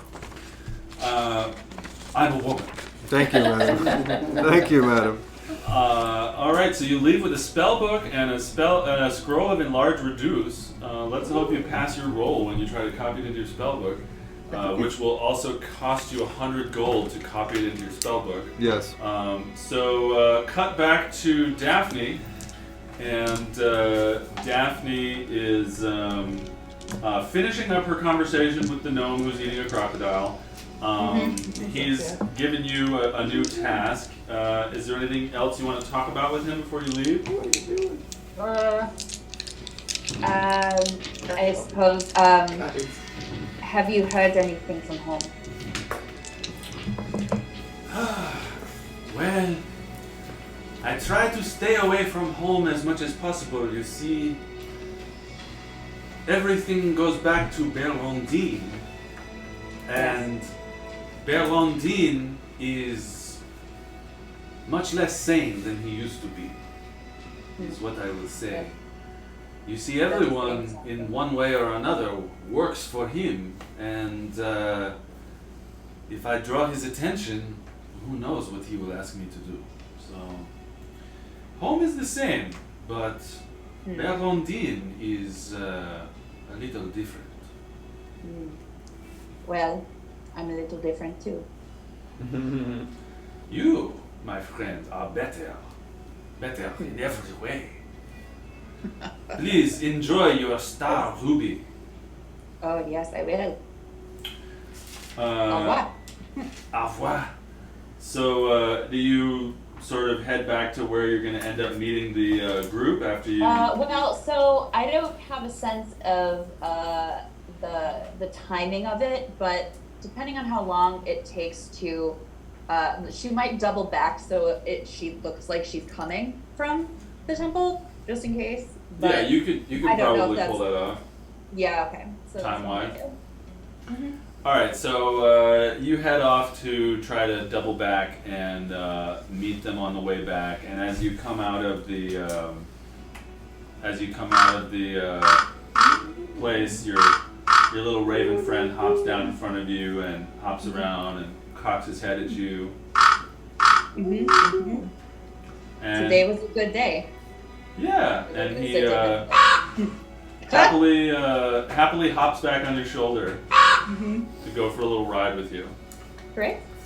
Sorry, I realized I just have the camera on Tim the whole time. My bad. No, you know what? That's when been the great map for- when the map isn't up, it's much easier to see folks, so it's all good. Cool. Like, yeah. It's not so bad to have a camera on me. It's not such a punishment. That was very in character. So, let's see. So back at the shops, now we know that we want to fit in a couple other things into our day, but you might have time for one more shop. There's, in the Merchant's Row on the docks, there's Elian's Magical Emporium, you've been there. Ileana's Scrolls, you've been there. There's the Caducatorium, and there's the Armors and Shields, and then there's the Ring of Life bookshop and the Clothing of the Gods store. Any other things, or do you want to start heading to your other activities and such? You want to pick one? Do any of us know what the last two would be? I mean, well, books. Is there anything special about the Ring of Life, or is it just a bookshop as far as we know? It's a bookshop named the Ring of Life. And Clothing of the Gods. It's just nice clothing. So we're now back together, having met back at our rendezvous point. Yeah, you're sort of standing in the middle of this street with the different shops around and the bustle and. All else being equal, it would be interesting to check out the bookshop. I've spent most of my money on. I got enlarge reduce, so I will be turning. I can turn this bear into the size of a whale if I like. Una, did you make a decision on that? I'm good. She's good. You're gonna stay naked. All right. Medium armor. Didn't you say one of them was like for wands or something? Yeah, the Yeah. Caducatorium. You're gonna go there. I could go there. Yes, we could. It'd be interesting. I don't think I can afford a wand, but I could I mean, certainly I don't know if anyone look at can, it. but we can see what's there. So you head to the wand store. It's up to the party if they prefer to go to whichever shop you prefer. I Yeah, have let's, spent my money. let's, So. let's Hadouken it. Oh, Wands, books, Oh. or clothes. Wands. You were going to say something, I Josh? went to trade in my old leather armor, but whatever. I missed the chance. Let's go to the. You want to sell it? Yeah. Is that a thing? Yeah, you can sell it. Okay, at the armor. Can I Yeah. give her my old leather armor that I no I will longer need? also give her my old leather. All right. You know, ignore So- the blood stains and the stuff that it accumulates. in the You catacombs. each get 5 gold pieces back. Okay. Wait. I'm rich. So you head to the wand store. Out front of the wand store is a guy in a fancy robe with a long white beard. He might even dye his beard white. And he's like a fop who's trying to resemble a wizard as much as possible. And he says, "One moment, please. Are you a member of the College of Mages or of House Tamawin?" Yes. Roll deception. I'm also wearing my Tamerwind colored robes. 7. You rolled a natural 1. I rolled natural 2. Are you in fact Lord Hans Tamerman? Well, I see my reputation precedes me. Yes, your reputation for not being a member of House Tamerwin anymore precedes you. I'm sorry, this store is only for members of the Mage College and House Tamerwin. Ah, well, so be it. That's a shame. To the bookstore. And you're out of time for shopping. So it's like it's like 4 p.m. ish, and some of you have other things on your agenda for the day. Hasam knows that if he's going to make it in time to visit his family and get back towards the castle, he better hurry. Jasper. And then Lord Hans, you think that you might have time to try to run off to the library and research. Yes. And learn about Galathakash. Yeah. Alright, do we want to take a little 5 to 10 minute break? Yes. Alright, break time! May I have a beverage? Yes. Thank you. All things will happen now. And apologies for any snapping at anyone. I think it was mostly just Tim, but apologies for snapping. I can take it like a man. I'm a little tired. Let me serve you. Go out where you'll drink your LaCroix. Thank you. Yes. It'll taste all the sweeter. What's up, Minx? Where are you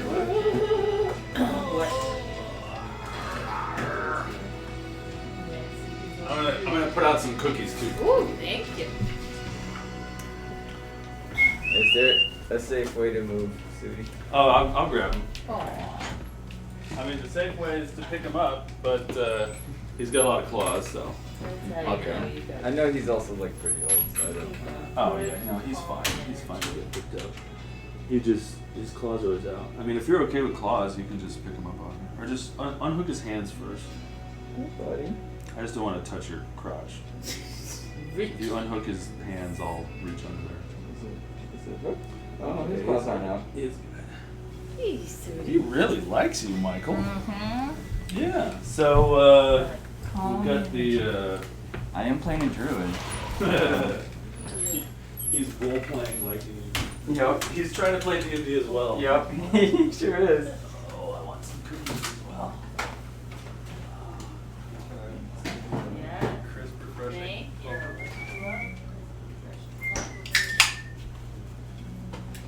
Oh, I want to do the Council of the Blooded today. I'm excited. I know you do. Let's go! You're like, and chop is over. And you're going home. Yeah, I want to do this count. Yeah. I think that Galathakash is going to research is going to be me being handed a piece of paper, which I'm stoked on.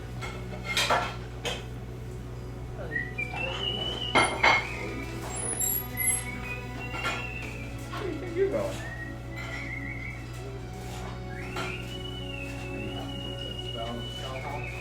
Yeah. I mean, I learned my first 2 picks. I took as my free spells, but one of them was suggestions, so I could have got suggestions as well. But enlarge reduce will be fun. We might have. It's all right. I mean, suggestion is a good. Suggestion is a versatile spell.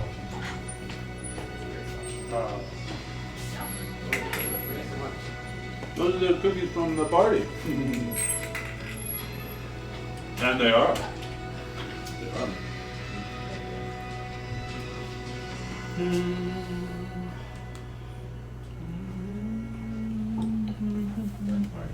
Yeah. What second level spells did you take? I took it as well. Suggestion. I was thinking it'd be nice to have something attacky, but also defensive because I feel like Jasper's taking a lot of hits. It's not mirror image. Invisibility is a very, that's way better than mirror image. It is, except yeah. But as soon as you start fighting, though, right? Yeah, but at least for it. But certainly. What you can do is you can do help. Uh huh. You can like go around and use items. Mm-hmm. So like that's why I was looking for wands, because if you could get like a wand, that's considered an item. Like where you could. Oh. So if you can do like item stuff, or if you can just do like help action, or if you can just get yourself in strategic positions, move things around. But Continue. if you want to shoot your musket, Yeah. mirror image. Mirror image is dope. Mirror image is cool. Mirror image. What are the other ones? Yeah. Shattered. Seems pretty good. That's well. Yeah. Yeah. But no, I thought for role playing too. Both of these would be great. Yeah. But yeah, I've been reading a lot about suggestions since both of you took it, like how to adjudicate it. Because it's all Because powerful. I command you to go jump off a cliff. I command you to move in with your mother. No, they, I just they may saw do your- that one. I just saw your For- wife, and for a little bit. she's very eager to see you in her bedroom. You should leave. What's that? I read like some creative uses of it, like telling a guard like that. I just ran into your wife, and she was very eager that you come home now. Do your duty. Do your duty. For the next 8 hours. For 8 hours of time. Well, our monsters are going to have a really high wisdom score. But I'll be able to reduce it. My I forget the title. The College of Eloquence. They wanted to take away from their saving throws. Nice. You picked that one. Nice.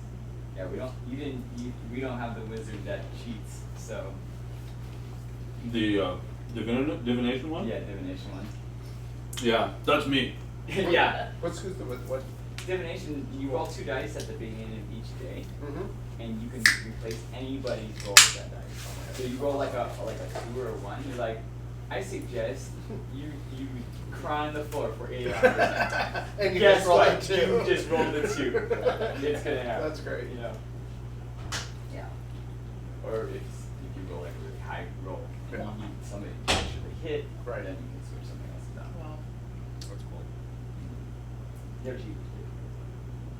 Which is like. But a lot of the time you don't just roll some middling roll. But even if it's a middle roll, you now know you have an average roll on something. So if you ever need an average roll on something, That's helpful. yeah, You have some Yeah. modifier or something. it's a cheater because Yeah. they can replace anybody they can see. It's a cheating. It's the way the universe works. That's what I mean. I used to play them all the time because it was just ridiculously strong, but I stopped. So every day you roll and you use 2 die. Awesome. And then at higher levels you get 3. At a super high level, you get 3. I wish I had that in my life. Right? We roll this day. I know, seriously. Well, they saw it. That conversation I just had with my partner. Then we You just- roll that? Yeah. Can I roll persuasion? Yeah. That's so much fun. Yeah. The Tron one's great though. If you're okay getting up close and personal, because it's so short. So what one? He is. Charm person. Yeah. No, he is Or- hypnotic. Oh, okay. And charm person. Yeah. So, like basically, he Jafars somebody, and like they're like, Laura, and they just, like, stop until he stops. I But- think Hi, Laura. I'm thinking of all the. We miss you, I miss you. Too. Like, you could be in the console blooded and just like maybe the queen's about to speak. I can't hear you because I muted my Not computer. speaking for a while. Now I I can was hear just- you. Yeah. Oh, for sure. I was just All saying the- thank all you the again enchantment for, spells you have know, the after doing all effect the of logistics being and stuff to really include me. I bad. really Yeah. appreciate it. You did what? Yeah. Well, that part's easier than doing a gnome voice. Lucilla will forgive you. Tim. One more swig.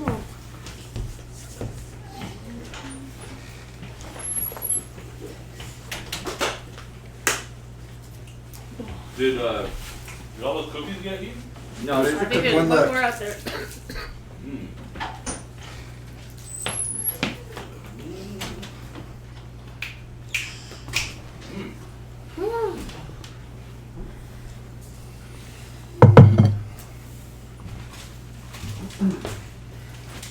I love finding out all these secrets about you guys, which my character doesn't know.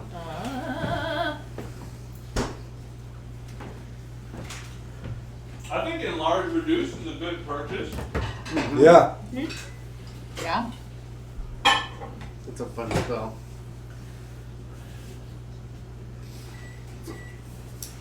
I'm so interested to see what Jasper's family is like. I'm very excited to introduce you all to them. I know. I feel like Jasper should describe them before I do. Is somebody outside? No. I left the door open. I grew up in a barn, Jake. Yeah. A lawyer barn. Sick Jake Byrne. Where's the cookie and the plate? It's right here. I brought it. I brought the cookie in.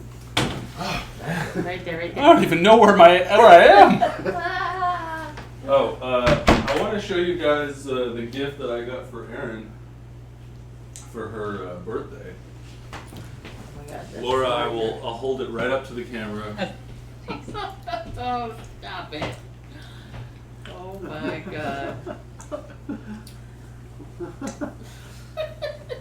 Very cute. Sorry, I'm a little behind. Here. Oh, it's. Which one am I looking at? Oh, hold on. Sorry, wait. Replace pen. So it's her catchphrase is "I'm a little behind." Oh. So that's the caption. That's the caption. Cute. For this is "I'm a little behind." I like that the one had glasses. That's fine. Yeah. It's very Shades. far-sighted. Kind of, It that is one. very Going for far-sighted. glasses. That's That's very great. cute. That was the goal. Every time she says that every time she said that over the last year, I've thought, oh, I can't wait to get her a comic that has that in it. Nice. One day I'll finally do that. And you found it. You didn't draw this yourself. What? She You commissioned commissioned it. it? You commissioned Commissioned it. it. Nice. Yeah, I got my old friend from high school, this lady that was my best friend when I was 14 years old, who lives in Chicago now. She did it and mailed it. That's Aw. great. Aw. Very cool. Let's get some different music. By Menon.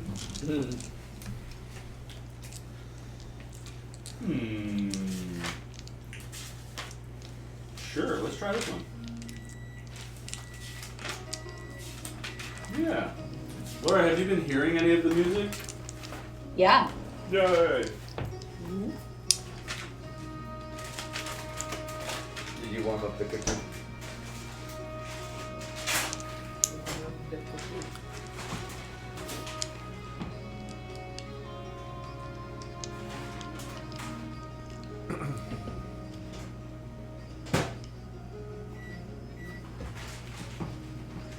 Sooty!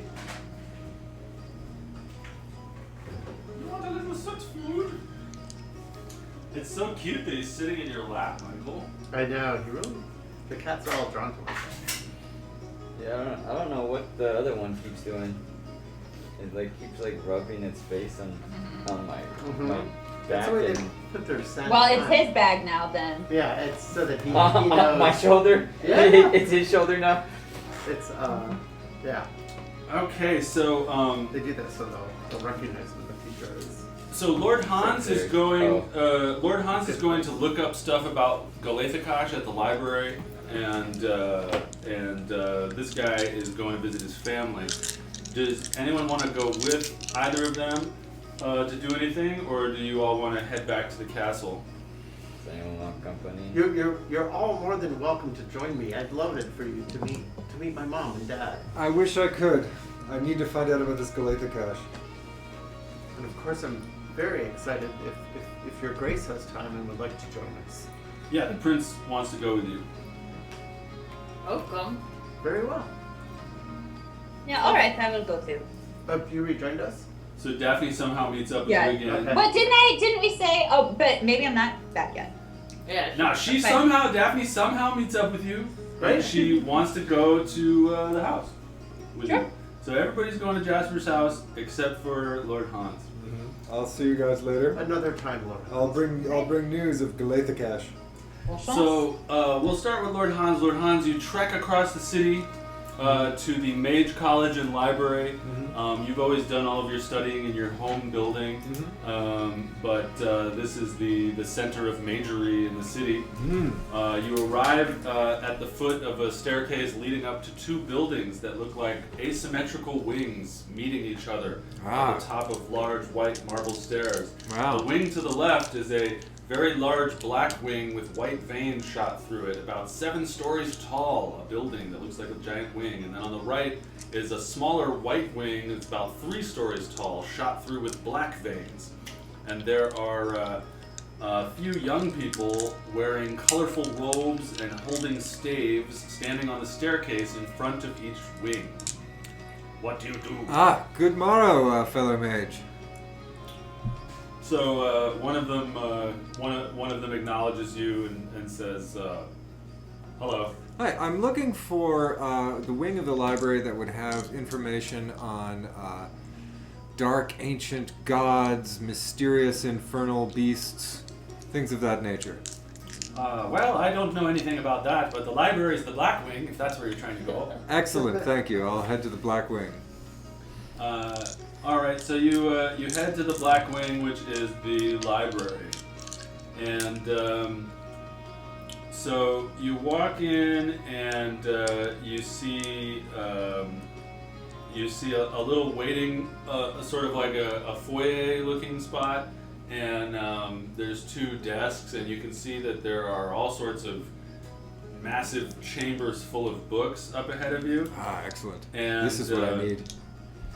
And on one side of the room is on one side of the room at the desk is a person that looks like almost the twin of the royal tailor. With a lot of physical issues and indeterminate many things about them. And then on the other side of the room at the other desk is a very, very dapper man with a twisty mustache. Do you wish to talk to either with them or just continue forward? I'd like to speak to the tailor-looking guy. Good morrow. Oh, hello. Welcome to the library. Thank you. Are you perchance related to the royal tailor? You're talking to the fancy-looking one? No, I'm talking to the guy that looks like the royal tailor. Oh, sorry. I thought you were saying the tailored-looking No, guy. the tailor, the guy. Yeah, I thought that's what you said too. Yeah, so you walk up to that person, and Yes. that person's like, Hello! Good morrow to thee, sir. Are you perchance related to the royal tailor of the castle? Number 1, do not assume my gender. And number 2, I hate hearing that. I don't know the royal tailor. Yes. Well, he's such a charming fellow. You had a certain aura about you that reminded me of him. That's all. Please, discontinue using gendered words with me. Oh, how may I help you today? Yes, I'm happy to be here at the Reed College Library. I'm looking for some information about an infernal beast of some kind, or possibly an ancient and evil god. Is there a section of the library where I can learn about such things? Oh yes, follow me! Oh! and they beckon you towards the deeper thing. So you see a lot of massive chambers, and they point towards one of the massive chambers and say, evil gods, yes, right here, the religion wing. And do you know of any books on a particular god named Galathacash? I don't know, but I will help you research. Just follow me. Thank you. And they lead you into this massive chamber. Very exciting for Hans. That has shelf after shelf after shelf after shelf, and has arched dome ceiling. I mean, well, you can see it, can't you? Yes, fantastic. A This dome is ceiling. Lord Hans's kind of place. Lots of beautiful dark wood as far as the eye can see, and the person looks at you and says, Well, you're a wizard, and this is a library, so do what you want. Is there a section on infernal gods? Maybe over there. All right, I'm gonna head to the Infernal Gods and look for G. I'm gonna look for a book about Galathakash, or a book that mentions Galathakash. Okay, and you've asked for help from this person, right? Yes. Okay, so roll investigation. That's gonna be good. 25. Okay, and you get a +2 because of the person you've asked. So that's a 27. A 27 investigation. I have a good feeling about finding this book. So between oh, and by the way, this person's name is Moyle Lehrer. Ah, yes. You go past him with the aggressively assault. Oh, what? Oh no! Oh, no. What did you read, Michael? The description of the other. Of the Oh, library. I had the Lord Hans interlude up on the screen. You already read everything I was going to tell him? No. It was just that one guy is funny. Oh, it had the name? Yeah. Augustus. Oh, that was what I was looking at. Yes, Moyle. I was looking at the library. Okay. Whew. Yes. Moyle Lehrer. A non-binary humpbacked creep. Since you saw that, Yes. that was for me alone. when I say these things, I say them with much more political correctness. It's the shorthand. I'm sweating with embarrassment. You saw my private notes. All right. So let's see. So you rolled very well. So you spend a lot of time researching, and Moyle Lehrer is looking over your shoulder and sort of pointing at things to help you. He's try that one, and like pulls it over to you. Useful it is, they say. So you find Oil Yoda. it's like a very complicated persona this person had. So as you're looking through everything, you don't find anything about Galathakash in anything that is sort of typed or typeset or anything, but you start to find bits and pieces of things that sound like the name or pieces of the name in handwritten documents and fragments, and they have like fragments of text that have been sandwiched between two pieces of translucent silk, and they're sort of in a big book, and you can flip through and find like you see like Golay but not Thakash, because the thing is ripped, and you're putting two and two together, and you see mentions of intelligence, and that Galathakash is not human. You can put that together. As you continue to flip through things, you find a tattered text that is actually mostly burned, and Sudi is visiting you. Now when you are trying to concentrate, Sudi is visiting you. That is Sudi's plan. So you find a burnt text, and in it you can surmise that Galathakash works for another entity. That its power comes from somewhere else. His or her, its power comes from somewhere else. They, them's power comes from someone else? Yes, Galathakash, the entity. And you also find a note scrawled that it is very odd that Galathakash would not work alone. As you continue looking through stacks of paper and time continues to pass, your very helpful friend, "Oh, I found this for you!" Just throws this giant book on the thing in front of you, and it's like a. Thank you, Moyle. What? Thank you, Moyle. It's like a historic thing with lists of people's names going back for ages. Excellent. And things that people say, and you find that the first mention of this is about 123 years ago, somewhere around there, in Greater Elenia. That's the first time that there's any mention of this, and you see some writing in this old thing that's talking about people working for it, him, her, it, and people serving it, perhaps as a cult. And there is also a tattered mention. I love that Sudi is totally bothering you right now. He is a great cat. During your important part, yes. You also find mentions of paranoia, fear, anger, selfishness, and egoism. And again, something about Goleithakash being part of a larger organization. And that is everything that you find. And so now, we will cut back to Jasper. Well, thank you for your help today. You're welcome. You're very welcome. You're welcome. Let me get my Jasper. All right, so Jasper, who's with you? Everyone else? Everyone but Lord Hans. So you all walk up to Jasper's house, and what does the house look like, Jasper? It is a 3-story row house in one of the kind of newer, nicer areas of town where like the up and coming rising bourgeoisie, the merchants, the lawyers and such would live. A nice middle class area of Elenia Toth.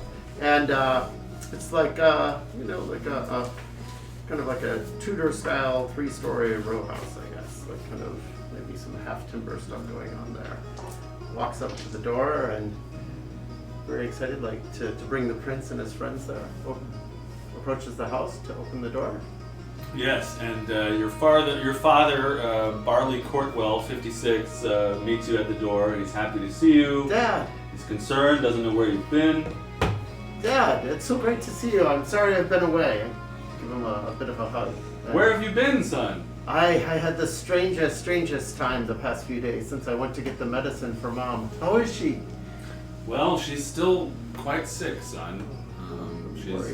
She's upstairs if you'd like to talk to her. Yes, I'd like to see her, but Dad, let me introduce you quickly. And yes, who are these people? Oh, well, Dad, this are you from Parvus as well? Oh.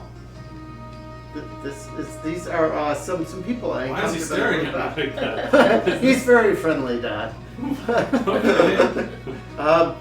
First, nice I to meet you. introduce you to His Royal Highness, the Prince, and his tutor Valentis. Oh, and Your Royal Highness.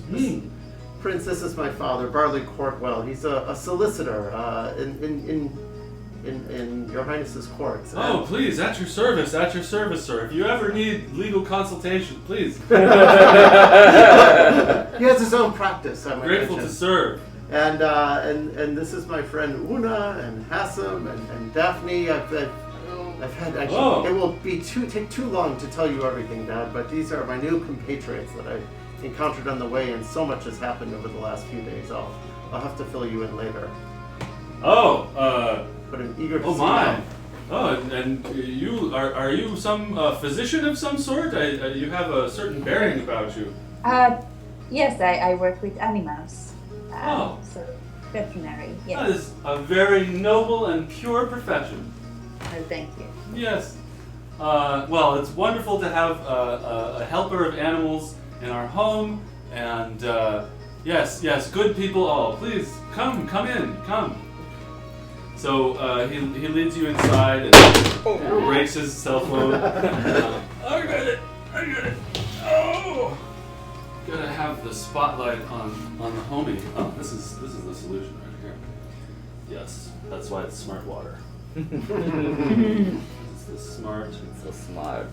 smart camera angling solution. I'm waiting for Sudi to make his way over to me now.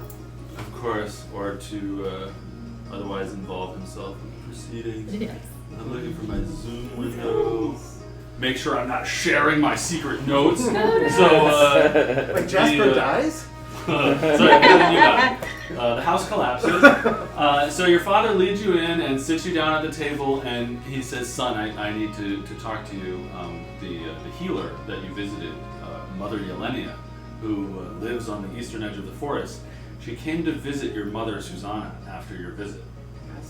Yes, and because she was concerned after you told her the symptoms of her condition. And Mother Elenia conducted a thorough check and found that while your mother can live with the disease she has for a few more years, She will be unable to walk, except in short stints, unable to write, and unable to keep her thoughts straight until she finds a cure. This is awful, and there's nothing. What can be done? There must be something that we can do. Well, there is a treatment. She told us about a treatment. She said what your mother has is actually called the palsy of the Kofar. We've never heard of such a thing. She said it's a very rare hereditary illness. And there are only 2 treatments that she can think of that could possibly cure your mother. And by the way, he's adopted, so we're not cat people. Is that what he says? as you can well see. Like, The palsy of the what, Father? I'm sorry. Kofar, Kofar. She spelled it for us. Okay. And what are the treatments? The possible treatments?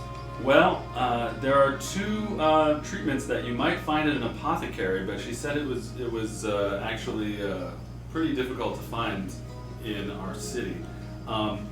One is a cure. A cure for the illness is a flower called the Maiden's Burden, and she said it grows in the northeast of Liebenstock, on the border with Bourgogne, and it only grows on lava flows there. There's one other place that it grows on lava flows, and that is northwest of the Elven Dell, between the Dell and Unskilt.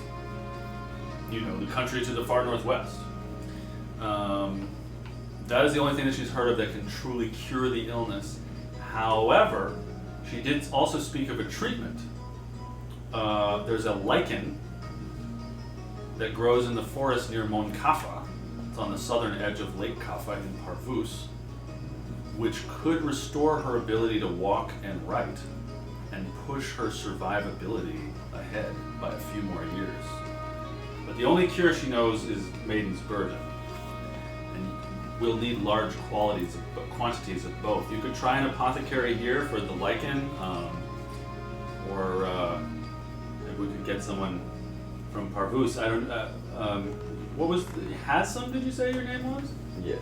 Have you ever run across this lichen? You have a look of the nature world about you. I'm assuming I have not. I don't know. It's up to you. Is You've this ever like run into it? Is this like a lichen of like good nature, or? It's a lichen that grows on the southern edge of the lake Cafa in Parvus. It's pretty common in that forest. So Probably then. Yeah, you've seen it. You've seen it there. So, sir, you have any experience with this? Yes.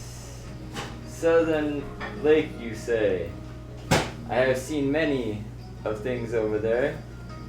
Do you have a picture of it? Of the flower?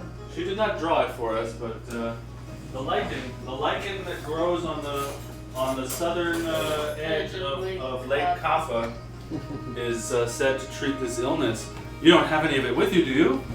He just like starts rummaging through his clothes and like dirt, like a bug. No, I don't think I do. Sorry. Oh well. Well, at least you're familiar with the lichen that can help treat this disease. So, son, maybe you'll be able to find it at an apothecary. I'll put the word out. Our family is of some means, and perhaps we'll be able to find something. This is so distressing. Want to go? Could I go see Mom now?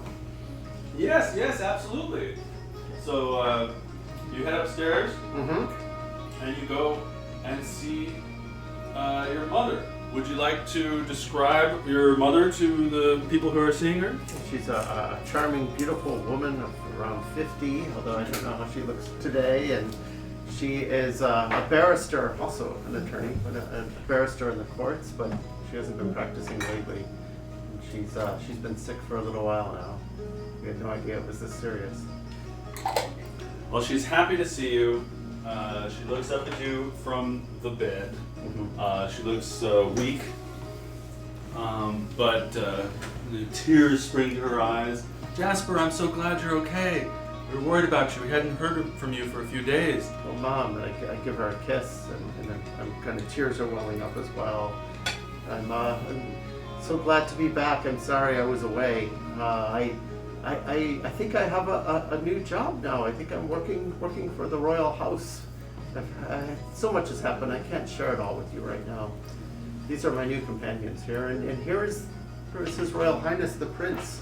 The prince flourishes his cape and exhibits the first bit of maturity you've ever seen from him. And, like, flourishes his cape and says, "It's a pleasure to meet you, ma'am. I'm at your service. I'm sorry to see that you are feeling unwell." Can I ask a meta question? Sure. So, lesser restoration ends a disease, or cures a disease. Mm-hmm. Would this be a type of disease that I think that can be done for? Nah. Okay. That other healer lady would have done it already. Okay. Yeah. So, Mom, I'm so sorry that you're still suffering. I had hoped the medicine I retrieved for you would have helped. Oh, it's very sad. Let's talk of something else. I hear that the national acting competition is coming up in just a month. Are you still planning to participate? So much has happened. I still would love, of course, to take the stage, but I kind of have to see where this new path leads. Well, we love to see you up on that stage, son. It makes us so proud. Oh, thank you, Yes. Mom. I know, I missed the stage. It still could happen. I just have to maybe see how the next week or two goes, and we have to figure out a way to get you better. But you've already brought the prince here to our home, so you must really be doing well. Yes, Mom, I am. Thank you. So, your dad says, well, son, you clearly have taken on a lot of responsibility. You're helping the kingdom. You brought the prince here, and you seem to be adventuring. Do you tell them about any further of the stuff you've been involved in? Maybe if I have, so I could share some kind of just high-level details, but nothing about like what we encountered in the catacombs, and nothing about the queens, what's going on with the queen. Just that there's been some of the encounters we've had, and the appreciation we've gotten from the queen that have been staying at the castle, and that the halfling turns into crazy animals from time to time. Mm-hmm. Oh my goodness. Remind me, what age is your character? Like maybe 20, maybe 24. Okay. Well, son, you seem to be involving yourself in a lot of challenging situations. We wanted to give you a gift. We were waiting, maybe to give it to you when you won the national acting competition. I don't know, but I want to pass this along to you. Your mother is like, it's very important for me that you have this with you as you go out into the world, son. And she gives you a belt. This belt belonged to my grandfather, and it was passed down through the family, and there's something about it, there's something magical about it that can help protect you. Maybe your friends can help you understand what it does, but I think it will help protect you. Oh, Mom, thank you so much. This is wonderful. Is there nothing I can tell about it, or? Not right away. Okay. It's a belt with something magical about it. I will treasure this great heirloom. Thank you so much.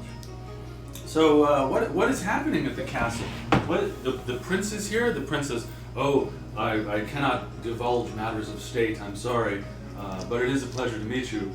But your mother asks you, what is happening? What have you gotten yourself into? It sounds a little dangerous. Well, it's also been wonderful. We were I happened upon this party here of this group of people, and at a point where they were waylaid by bandits, and I helped to fight off the bandits and protect the prince. And so to express the prince's appreciation, we were invited to a royal ball, and it was wonderful. I met all sorts of nobility, including Lord Hans. Oh no, he's not with me. I'm sorry, I don't reference You that. can talk about Hans Terwin. The screen is going up. And She's still here on mine. Oh, okay. yeah, and we've had various things that have happened over the past few days, but everything's okay. We just came back from a nice shopping trip.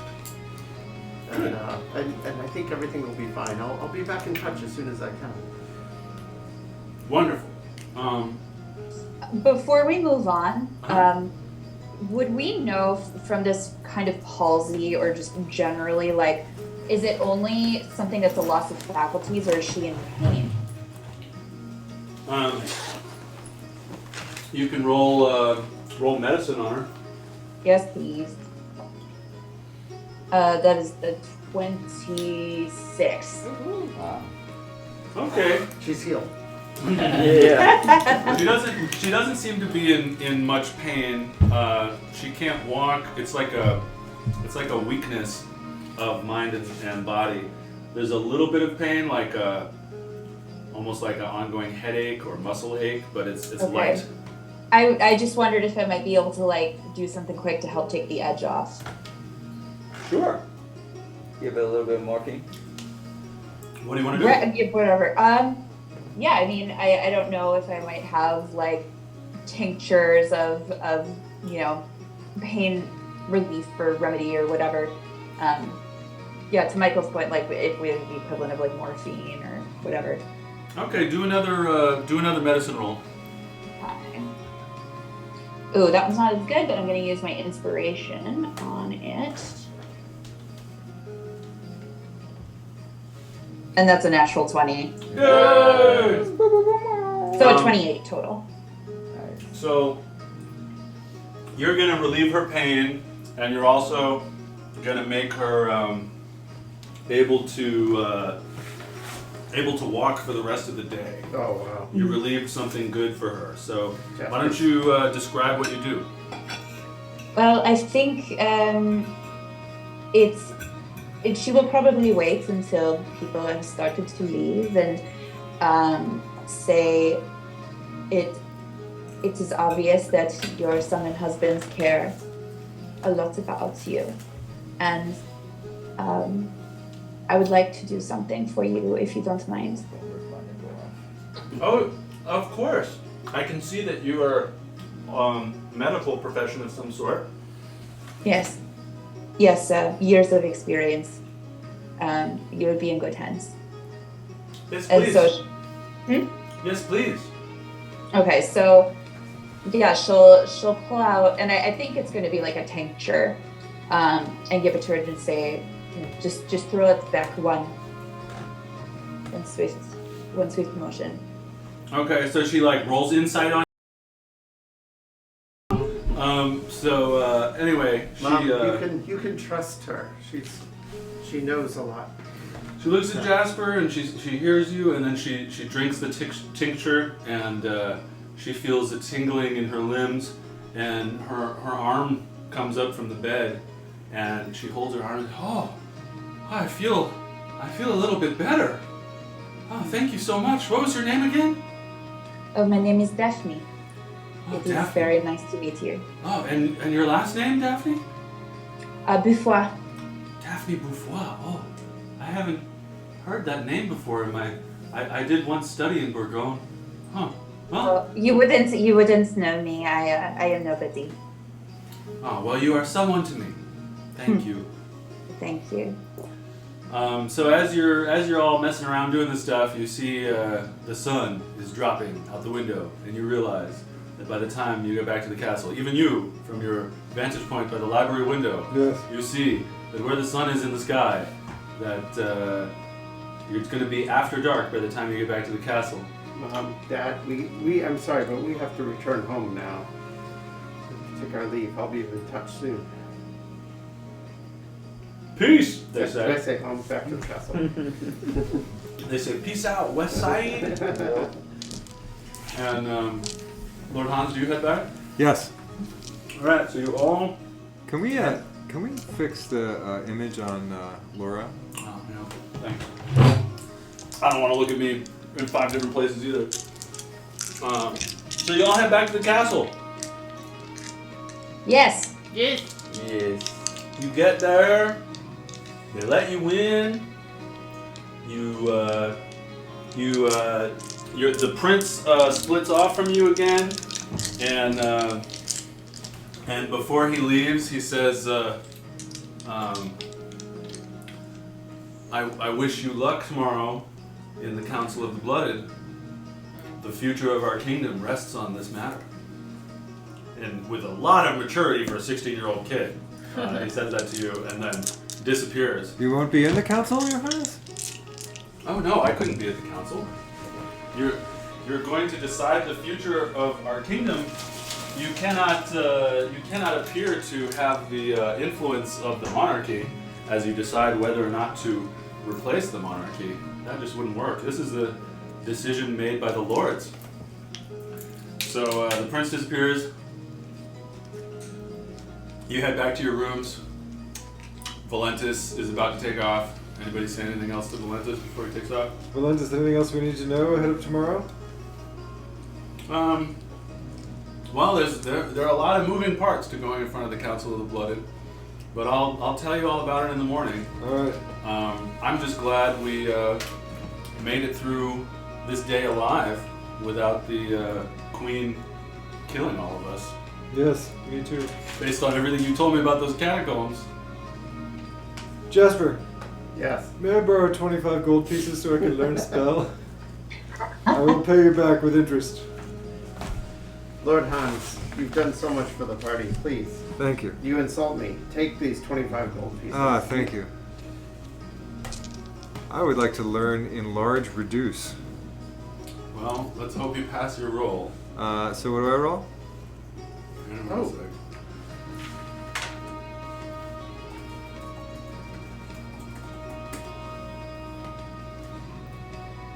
Okay, roll Arcana.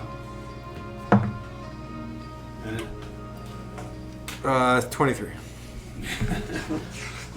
you successfully copy the spell into your spell. All right, and then I'm going to spend as much time as I can. And that was 100 gold. Yes. Then now my total is 0, and I'm going to spend the rest of my waking hours copying my spells into my new backup spell book. Very good. How long does that take? Michael, do you know off the top of your head? I mean, okay. It takes a while. Yeah. My question is, what are you going to do with your backup spell book? Because if they're both in your pockets, yeah, that's what I was wondering too. But before I retire to do my scholarly activities, I'm just going to debrief the group of what I've learned about Galathakash. Very good. He first appeared 123 years ago. At the first mention of him, he is not human. He is some sort of being, potentially of very high intelligence. He works for another entity, perhaps even more powerful. And there is a cult potentially associated with him. He is part of a larger organization. He's associated with paranoia, fear, anger, selfishness, and egoism. And people work for him and serve him as a cult. I think that may be what the Queen is doing, but that wasn't specifically in the text. So Galathakash is some sort of powerful non-human entity that is worshipped, that is himself a lieutenant of some other, possibly even greater evil. What do y'all say to him? That doesn't sound good.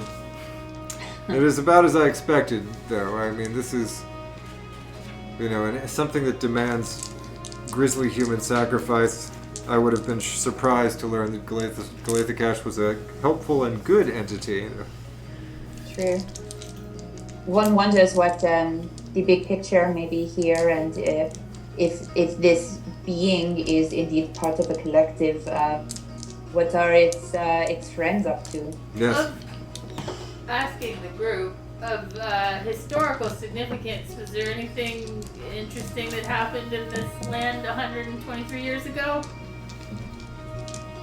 I'll roll a history to see if I know anything. Sure. That is going to be a 16. Nothing in particular. Yeah. None of the wars happened around that time, or the things like that. Just normal stuff. 123 years ago was around the time. Yes, it was a dry year. There were some crop issues. Yeah, you can think of no major historical event that coincided with 123 years ago.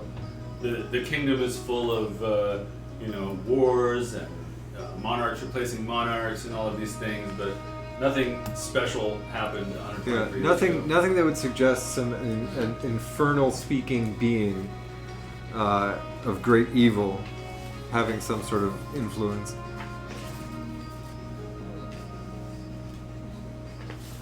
All right, y'all going to bed or what? Yes. Well, we should take watches again. Yes. Y'all take watches. We take watches. Does anyone want the last cookie? We have to eat it. Okay, well, I'll wait for the next break. So fun. Hi. Almost not. Yeah. All right, are y'all going to bed? I Yeah. just said Jasper, there's something that's been noodling in Jasper's head. He just wants to double check with the group because he was new to all of this. Is everyone comfortable that it's the queen that is doing all of this, and not somehow the prince? I just want to know. I doubt it myself. It's just something that's needling in the back of my head. It's possible. It's possible. You trust the prince in Volantis, or have you seen? I mean, the only thing we know for sure about the queen, that Jasper knows for sure, is what the prince has shared with you about seeing her committing a sacrifice. I think the one thing that speaks well of the prince to me is his somewhat similar experience with the Children's Rebellion and being seduced potentially by the Children's Rebellion. That seems like something that is naturally occurring rather than something that a mastermind would do. Yeah. But I'm not sure. Daphne, do you have any thoughts on this? My concern might be even bigger picture. Perhaps they are functioning beyond Greater Elenia.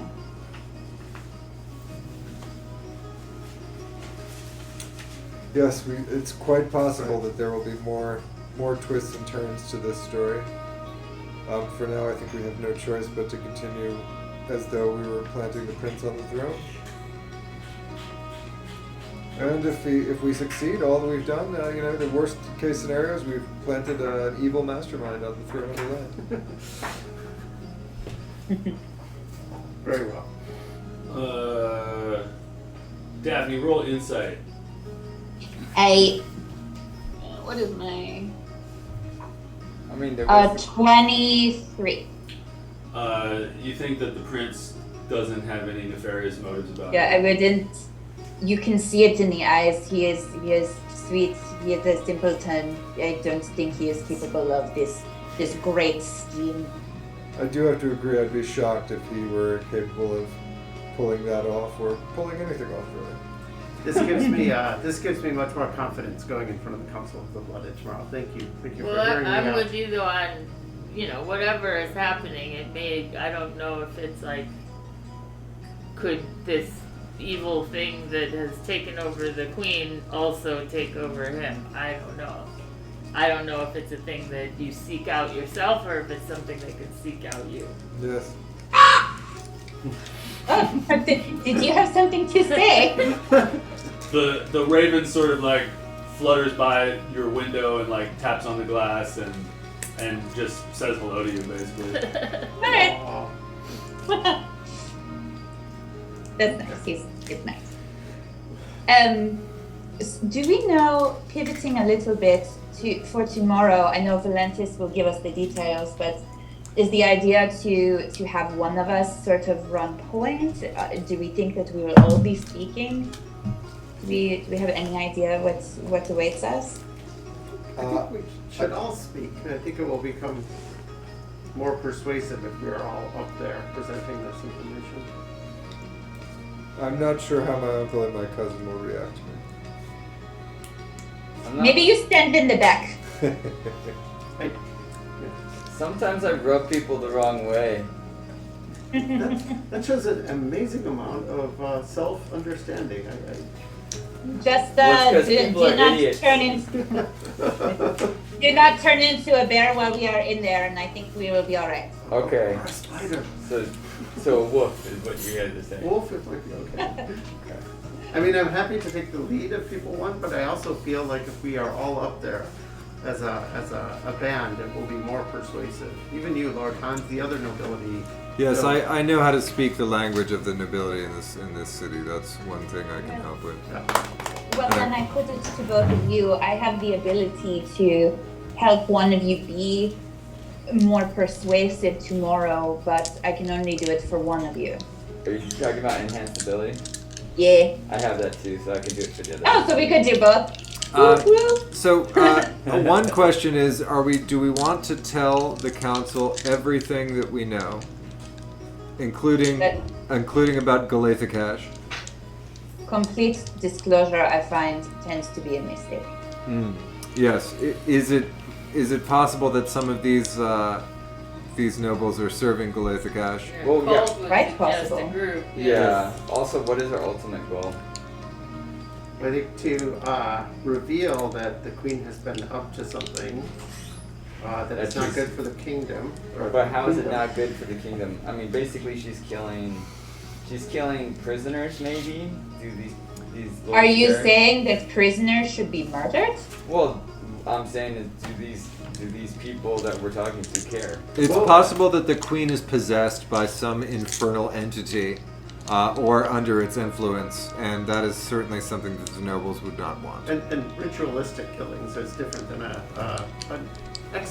legal execution. Also, the queen is bringing magically summoned creatures back into the land that has been free of them for a long and peaceful era in which the nobles have been able to prosperously trade and grow rich.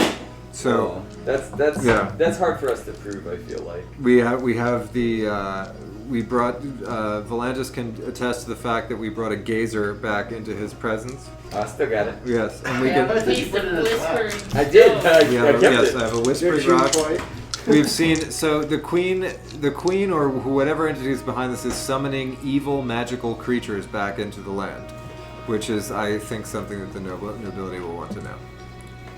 But then do we need to perhaps lead with the creatures and then be, oh, by the way, it is the queen, as opposed to, coming out and being like, oh, by the way, your monarch is, We can present it all as a unified thesis. I think that the queen and the monsters are connected, in my opinion, and we can present it that way.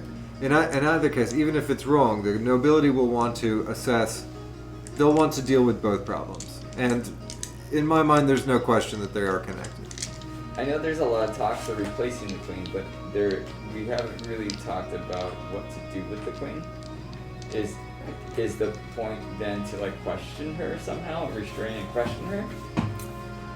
That is a good question. What actions should we suggest to the council? I think that Daphne hasn't. Oh yes, just perhaps there are powerful mages. If there's anyone that we trust or maybe can ask about in the queen's employ, who may be able to sense more accurately what is going on more specifically. Like use a zone of truth or something. Right. Yeah. My uncle could do this. My uncle Yegar could do this. And you trust him? Is he a good man? Good man would be a bit of an overstatement, but I can try. Would certainly, my uncle Stragene, I would certainly trust him to further the interests of House Tamerwin, which is a stable and prosperous kingdom, where the Tamerwins can remain isolated in our manor. One of us could also suggest to the queen that she really, the jig is up and she should share all. I think she would murder us promptly. Yes. The queen still has an army that is loyal to her, so I think. Suggest. Yes. Suggest to the queen I that think maybe the the truth should out. I The truth shall set her free. I think the queen is likely to resist magics of adventurers of our talent. Mm-hmm. But again, my uncle. The raven is calling to you from outside the window, Daphne, and you get the idea that your friend is concerned that you should get enough sleep tonight. I'll speak with animals and ask it. I'll be like, hey, what's up, Raven? The raven will be like, oh, I was just concerned about you. That I think you should get enough sleep before the council meeting. All right, I'll tell Daphne that.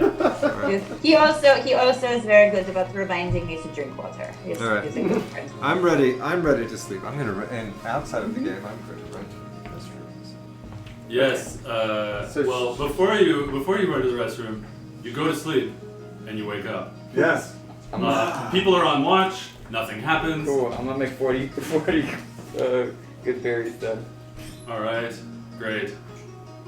Can I carry like 8 of those? You can have 10 of them if you want. Yeah. Anything you want to do that has to do with sleeping and waking and that sort of thing. Good berries? Oh, sure, I have. Any old ones are gone now. Oh, okay. Sure. They only last for 24 hours. Gimme. How many? I think I had 10. Oh, you want some more? Okay. Daphne, you want good berries? Sure. Yes, thank you. You want 10 or how many? But I don't need, so many. I will take 5. Okay. Stop bragging. She don't get hurt. She's also got a lot of hit points. Una's got a shit ton of hit points. Mm-hmm. What are you up But to? she's also usually in the front. 36. 36? Yeah, especially if she rages. 72 hit points. She's got a low. Well, as long as the damage is from a weapon. As long as the damage isn't magic. Yeah, but she's only got a AC 13 AC. Now, if she had a nice medium armor, half plate, Then I would have 14. Next, she'd have 16. next shopping spree. I'm ready. All right. I'm excited to see my uncle. I'm looking forward to breakfast. We haven't been eating well. I'll get very last for the whole day. Oh, cool. So the raven wakes you up along with the scratch of food trays being left at the front of each of your rooms. Jasper's very excited about Is it the just a royal plate of kitchen. cookies? It's breakfast. It's eggs and coffee and stuff. Bangers. tomatoes. So you guys wake up and Valentis says, "Let's do this." And you eat some food, you take a shower, you read the morning paper, anything that you want to do, and then you head out. How long is the council supposed to be? I'll ask Valentis. As long as it takes to make the decision. Well, how long would we be talking for? To present our case? I don't understand. Like, how long would we be talking for what's happening? Presenting our case. You could just do it right before we were there. Okay. If you'll follow me to the building, I will explain exactly how everything will go there. Great. So he takes you to the building, the Council of the Blooded, house of the Council of the Blooded. It's like a very thick cylinder of wood with arches through it, almost like the way the Roman Colosseum has all these arches, but it's like a wooden cylinder of a building, and it's in the Nobles' Quarter. And this is the place that the House of the Blooded meets. And Valentis leads you into a big antechamber, and he explains to you how this is going to go down. Now, as the DM, I will tell you, this is a mini game. It has rules. I'm not going to let you break them, so don't try.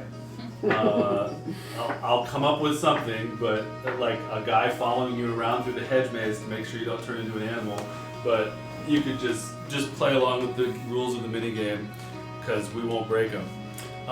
Valentis shares with you that the way that the House of the Blooded makes decisions and hears cases is very strict. There are mages on the Council of the Blooded, so they will notice if you do anything with magic, and because they've been making these decisions in this place for thousands of years, they have a very specific way that they do everything. So Valentis has told them that there's an urgent matter, but he told them right before they came into session. Because we didn't want the word getting back to the Queen about what you guys were going to do. But he told them that there is solid proof that the Queen is doing evil rituals under the castle, and something terrible is going on, and that the Queen needs to be replaced. And so the way that this will work is that he will bring from you guys pieces of physical evidence that you have in front of the council. The council will review it and develop a series of questions to ask you, and then you will be brought in to answer the questions. So there are more bits and pieces to this, but before we go with that, what will be the pieces of solid evidence that you'll give him to bring into the room? I have the Queen's glove, white satin glove, bloodied, found in the sacrificial room. I have a piece of dog excrement that is now dried, conveniently dried, and it happens to have a perfect imprint of the Queen's signet ring. This excrement was found in a room full of supernatural two-headed dogs. I have a set of manacles that were found in the catacombs that were clearly used to restrain a human prisoner. I have a triangular-shaped dagger that was used for human sacrifice. So the Valentis says, well, the Queen's glove and the poop with a ring in it indicate the presence of the Queen. So those qualify as pieces of evidence to show. The other things, manacles and a dagger, don't necessarily have a connection. So these two things count. Anything else? Hassan, what about the gazer? Do you hold up a gazer? Yeah, the little case. That he had given Valentis' lap. It's like starting to rot. It's starting to smell, and Valentis sort of takes his big handkerchief and wraps it up, and he says, "I guess this will do. This proves the presence of something. It doesn't necessarily connect it to the Queen, but this will do." And what else? I have the chalice that we found in the room where sacrifices were done, and then also another ritualistic dagger. And but Well, I suppose the chalice and the dagger and what was the other thing? I had manacles. Manacles, we can sort of call that tertiary evidence or something. We have all of that together. It could be just evidence that something terrible is happening underneath the castle. Use your dagger, Jasper, so I can keep mine for my offhand. We have, I don't know if we're just trying to prove that magical things are happening. We do have a piece of that whispering rock from the statue as well. But Oh yes, what do you think of this rock? Didn't it disintegrate? it Yeah, it did disintegrated. Did it? Yeah, somebody rolled a one. kind of whisper to Daphne on the side and say, "Would you want to part with one of those vials of poison that you collected?" I don't know.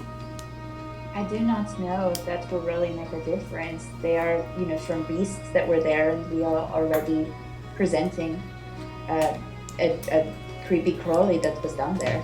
So Valentis heads into the place with the items. And Before he leaves, I tell Valentis, remember she did say she was going to go back looking at her art collection, so it's probably all gone now. What's gone? Everything that is, like, if he tells the councils to check it out, it's probably all changed. The Queen has had a chance to cover her tracks. But we're showing them the Queen's glove, the dog shit with a ring in it, the gazer body, and our tertiary evidence of Yes. daggers and chalice. So I have even some- if it's all cleaned up, we have this proof, right? I have some lab papers from the catacombs too, if that's of any use. Okay, so he grabs the lab papers and he heads into the chamber. And if anyone feels like I'm rushing, it's because of time. We're ending at 10. Yep. So he goes into the thing and he shows the stuff to people, and you all are out in the waiting room. You don't really know what's going on. Time passes, and then Valentis comes back, and he lets you know that this is how this is going to work. Okay, 3 of you are going to speak for the party. And throughout our history, it has always been that when we're presenting a case, only 3 people total can speak on behalf of the party.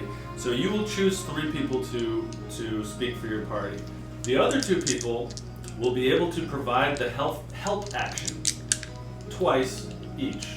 So whoever is not the main speaker, you will be able to provide the help action twice during the time, which will provide advantage for the person that is speaking. So you will choose 3 people. Then will bring you in, and the council will have formulated questions for you. And they'll ask you these questions, and each one of the 3 people who are speaking on behalf of the party will answer the question. So I'll ask you one question, somebody will have the opportunity to help or not, and I'll tell you what's happening as it's going. But you'll each answer a question, somebody will help you or not, and then you'll make a roll. So I will tell you which house is about to ask a question, and then you will tell me which of the 3 chosen speakers will be answering the question. Each speaker will answer 3 questions total, so you also want to be careful about who's answering what question. So you're going to be making a total of 12 rolls. You're going to be answering a total of 10 questions. So there are 3 speakers, and each speaker will get 3 questions each. So we're going to be very careful. Now, before I continue with these confusing instructions, who will be the 3 people that will speak for the party? I nominate myself, Jasper, and Daphne. This is, what I was thinking as well. Okay, so Una and Hassan will not be speaking, but they will have the ability to take the help action to provide advantage on a roll. So what we'll do is I'll tell you which house is about to ask you the question, and you will tell me which one of you 3 is going to answer it. Then I will alter the DC of the roll based on who's answering the question, based on your choice of person answering the question.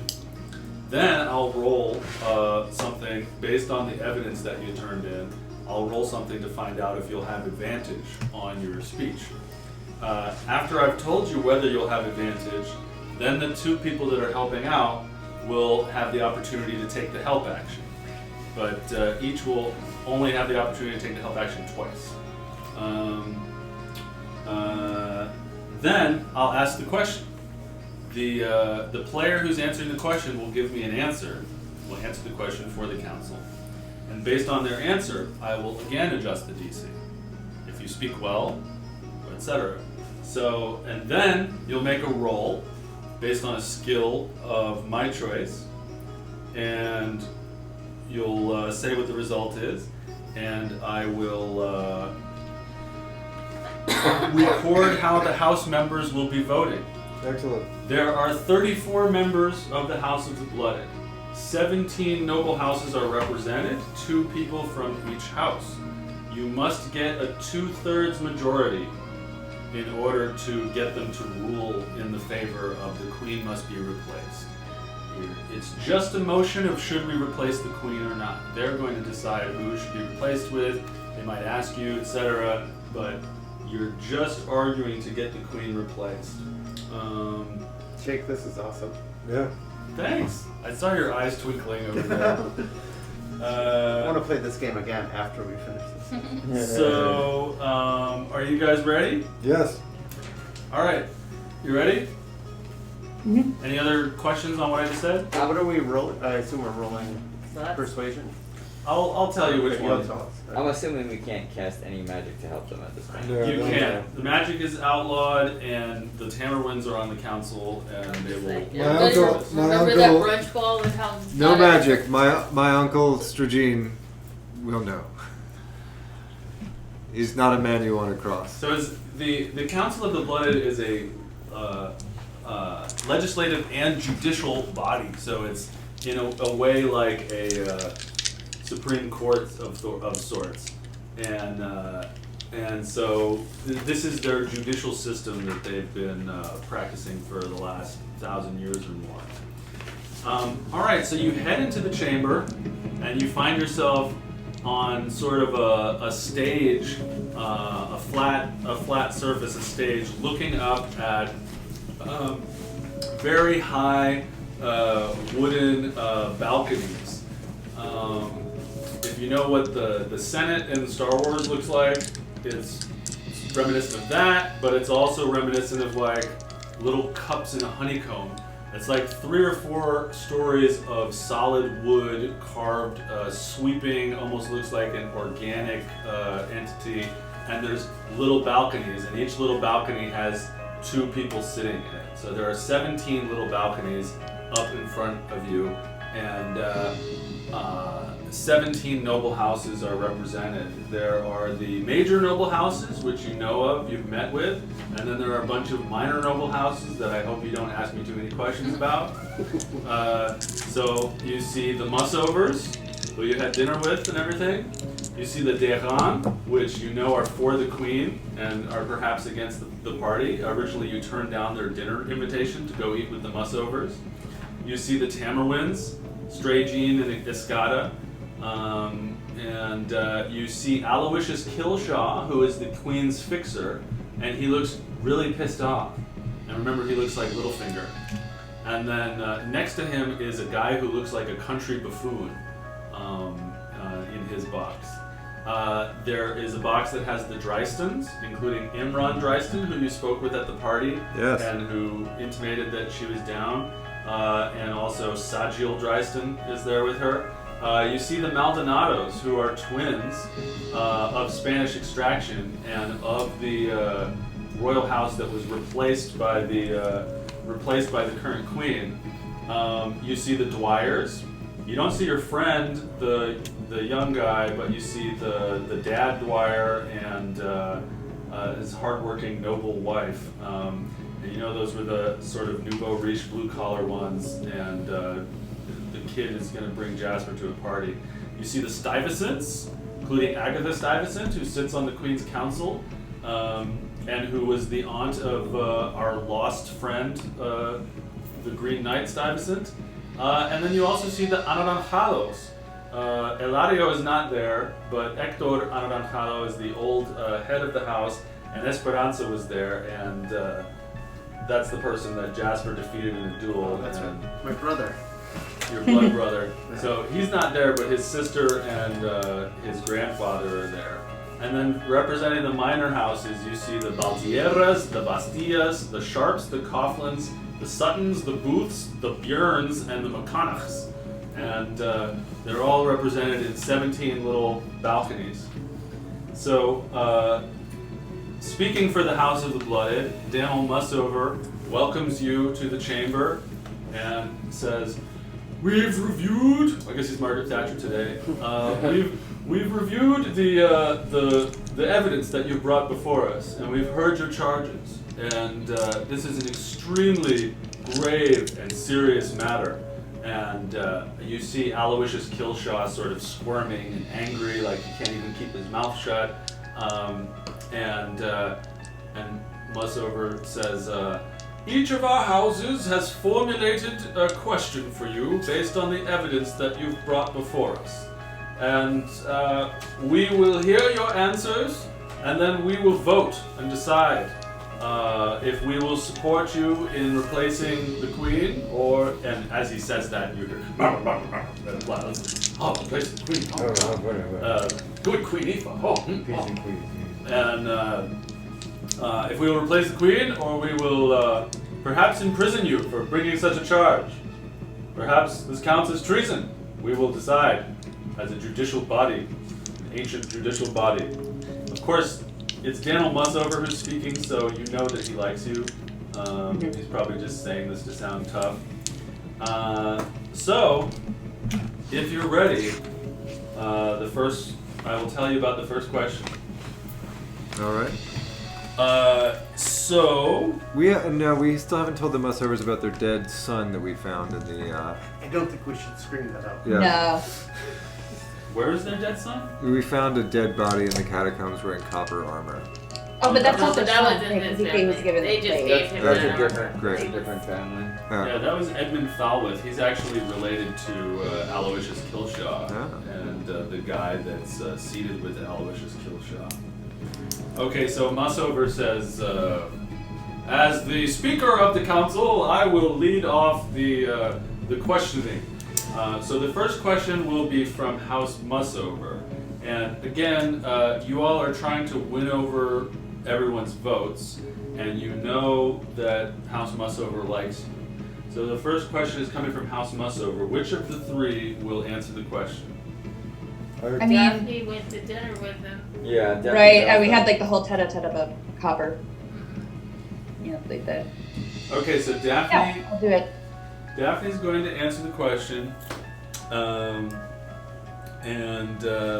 Let's find out if she'll have advantage. She won't have advantage. Will any of the will either of the two backup people use the help action on this one? Is that me and Jasper, or is that? That's us too. That's us too. How many We do you have have two. total? We have 4? 2 and 2. So you have Two and 4. Wait, don't. We'll let this one But we only run. have 9. But we're gonna get advantage some of the time. So You anytime get there's disadvantage, I'm going 10 to use total one of the- questions. We don't. She doesn't have Oh. disadvantage. She has just a no. That would be but straight. You might use the help. It's 12 rolls and 10 questions. I'm not doing it. Yeah, Mussover likes us. Yeah, what's over? Yeah. But we don't have. Okay, so Daphne, here's your question. Do you have an ulterior motive for bringing this before the council? What do you stand to gain if the queen is unseated? If the queen is unseated, we stand to gain protection for the realm and its people. The vast majority of our group are not nobles. We are not titled. We, do not. Our lives are not directly impacted by who sits the throne. However, when a regent is sacrificing her people, that is a problem, and it will be better if there is a ruler more in tune with what the population needs.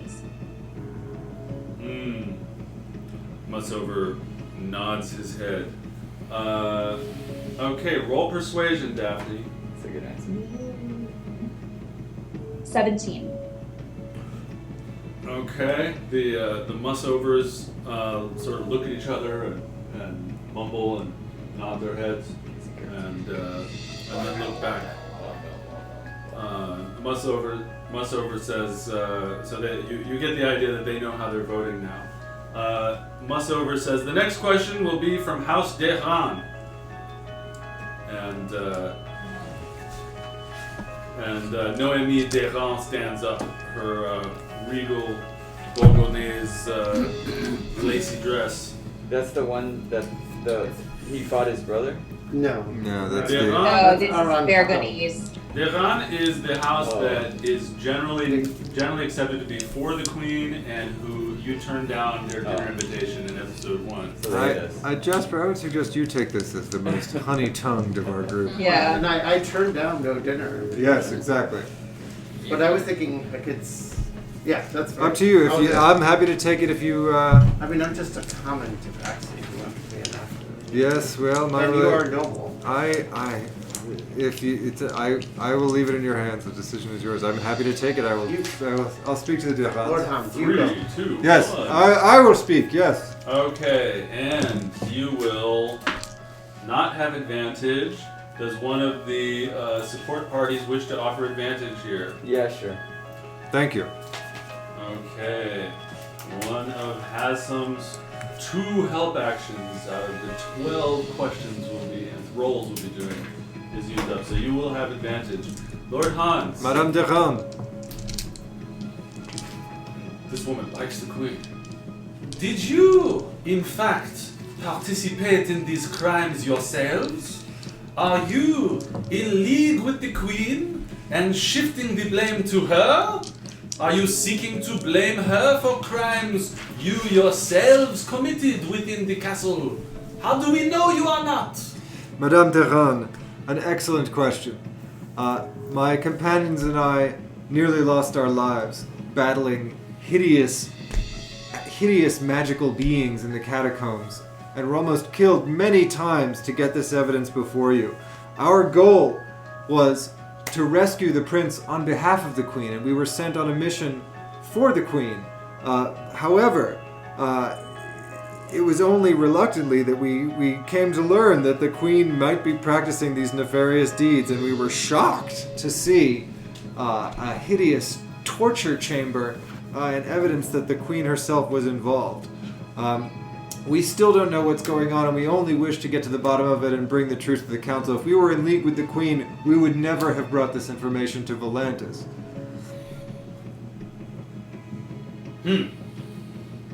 Alright, roll persuasion with advantage. That's cocky. That's a 2, so I'm gonna roll again, and that's a natural 1. Wow. Do you have an inspiration? I do have an inspiration point.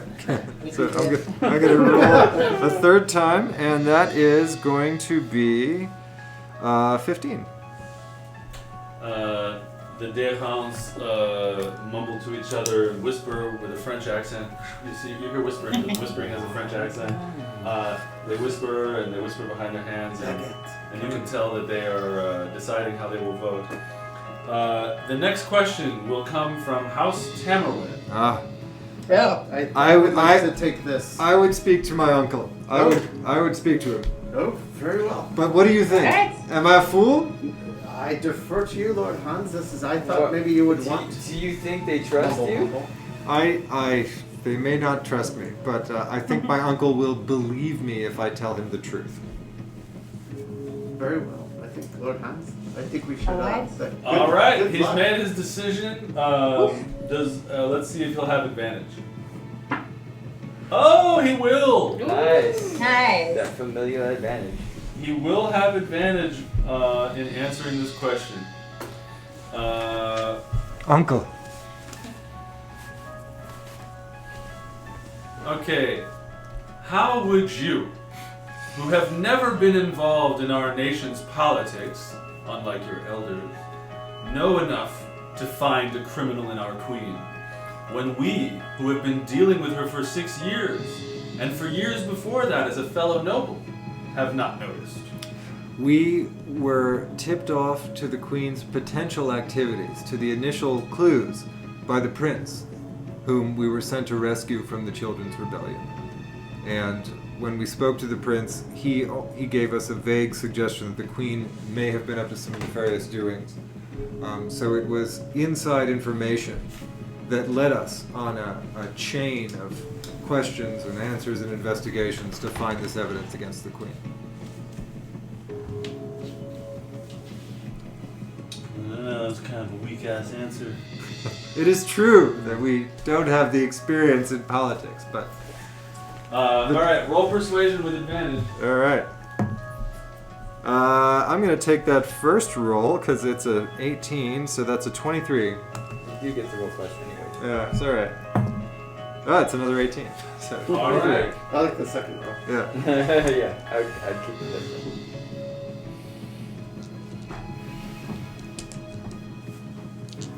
It's good that my uncle didn't bark at me.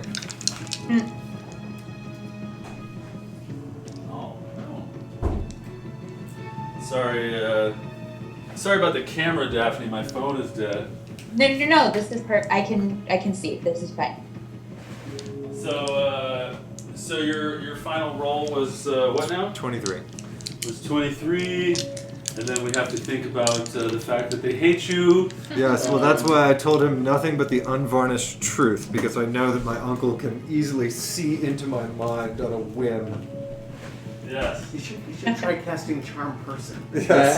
What are they going to do, kick me out twice? And the family members talk to each other and consider what you said and mumble behind their hands, and they decide how they're going to vote. Next up is House Killshaw. Question will be asked by Aloysius Killshaw. Sounds like you. That's a Jasper. Yes, it's a Jasper. Yeah, I feel like that's Jasper. So far we have 2 Lord Hans, 1 Daphne, and this is the first Jasper, right? Yeah. Just, Yeah. we have one of each of Lord Hans and Daphne. No, you've No, done you just twice. did 2 in a Oh, row. you did too. Wait, what? You did You Dejon done two. and Oh, Trouble. sorry, I'm You're done. losing it, yeah. Or, No, no, we here's each one get more. 3. Yeah. That's Alright, so Jasper, from House Killshaw, the Aloysius Killshaw, the Queen's fixer, looks like almost unable to control his temper, but he's doing everything he can to contain it. He looks just like Littlefinger in a hard moment for Littlefinger, and he says, "What pot has?" That's what am I talking about? you like a sportsy? He starts talking to Cockney. He asks you, what part has Valentis played in your investigation? Are you certain he has not planted clues or influenced your conclusions? Where does he stand to gain from unseating the queen? Before you answer, because I'm doing this out of order, he won't have advantage. Does anyone want to help him? Or should we let him answer this without advantage? We're on question 4 of 10. Yeah, 12 rolls. I would So- say let me try. Let it ride. Let it What ride. part has Valentis played in your investigation? Are you certain he has not planted clues or influenced your conclusions? What does he stand to gain from unseating the queen? I don't believe Valentis is a part of this. He has. We've seen no evidence that he has been connected with the dark infernal things we encountered in the catacombs. I think his best interests are the same as ours. It's to protect the realm from the danger that we all face. Yes, and magic better. We have. He is a veteran who has served the realm and he served the queen. I imagine he did not take the steps he did lightly. We've seen no evidence that he has any magical abilities or any connection to these hellish creatures. All right. Just for you, Mm-hmm. why don't you roll performance? Mm-hmm. Okay. I rolled. I got 11, but I'm going to use an inspiration. Yeah, and I got 17 plus 8 is 25. Nice. Much better. Okay, so you say all of that answer in like a really enthralling oratory. That's what you guys just heard. Captures exactly as you just did, which captures the attention of everyone in the room and makes them nearly move to tears. And you even hear someone say, I hope he's entering the acting competition. It's coming up next month, but I don't know. Yes, just a month away. And Aloysius Killshaw sort of like bites his finger and like looks unmoved, and then you see maybe a drop of blood on his finger. But the country buffoon from House Keystrom, way out west where Falwith is, seems quite interested in what you're saying. And Aloysius tries to tries to like silently intimidate his cousin, but the cousin is just really stupid and doesn't even really understand what's happening. Okay, next up is a question from House Dryston. Who will answer? I'm friendly with House Dresden. I spoke to them at the ball, so if you want to use my last slot, I'm happy to do it. Sure. All right. Ah, Madam Dresden. And you will not have advantage on this. Would someone like to offer him advantage? All right. I don't think it's necessary, but Okay, so Dryston asks you, if the prisoners are property of the realm, cannot the queen do what she wishes with these people? Perhaps she is providing their organs to science or doing some kind of medical work. Why should we not simply ask the queen about this casually instead of deposing her from her rule based on this circumstantial evidence? it seems strange for the queen to do medical work in solitude without the companionship of perhaps her physician or a mage from House Tamerwin. Additionally, the catacombs were guarded by animated gargoyles, two-headed dogs, walking sets of armor and clothing, and other beings that were clearly summoned from infernal planes. There were occult runes, there was a circle of protection with infernal language written around it, and implements of torture in the sacrificial room. None of this is consistent with a benign medical explanation for the queen's behavior. Well, you know, with all of that description of the physical items everywhere, I think you should roll survival All right. to see if they really buy your That's a 7. Plus anything? Yeah, that's with the plus. Well, let's see. These people do seem to like you a lot. I had a great conversation with Madame Dryden. Yes, so they look at each other and they talk. They seem to be like disagreeing with each other, the two of them. There's the one that talked to you at the party, and then there's the older person that that is sort of the boss of the house. And you see kind of a disagreement among them, but then they realize people are looking at them and they sort of settle in back to their chairs. Okay, the next question is from House Maldonado. That is the house that was the king before this queen took over. Did you say there's 3 more roles besides their questions? Yes, the final question will be answered by all 3, and we'll have 3 roles. I see. So I'm wondering if I should take this one because they're already predisposed to not like the queen. You know, save the heavy hitter for ones that are a little harder. That's fine with me. The only one I want to take are the Arana. No, that makes sense to me. So whatever one I defer to you, Daphne. All right, then I will go next. Okay, so Daphne, the queen has been nothing but kind and supportive of you. How could you be so suspicious of one who has given you so much? As I mentioned earlier, we are but 5 among a country of many, and the way the individual is treated does not the good treatment of the 5 of us does not translate to the entire populace. And again, if her subjects are being abused and mistreated, it is not tenable. And in fact, I would say the fact that she has treated us so well should perhaps even speak in our favor, that despite these favors, we are moved enough and compelled by the evidence enough to bring this forward. Okay, and my dice has indicated that you do have advantage on this roll. Cool. So why don't you roll persuasion? Well, thank God for the better one. It's only 14. 14? Yeah. Okay. You see the Maldonados talking amongst each other, and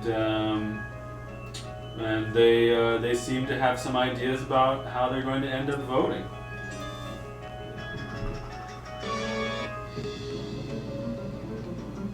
I'm looking for other music. Daphne, between the Dwyers and the Stuyvesants, do you have any connections or The Dwyers and the. Stuyvesants, sorry. I don't think so. Okay. Do you have a preference or? I don't remember anything of. I'd say. No. Oh, I think we had some influence from the dance with the Stuyvesants, Imronson.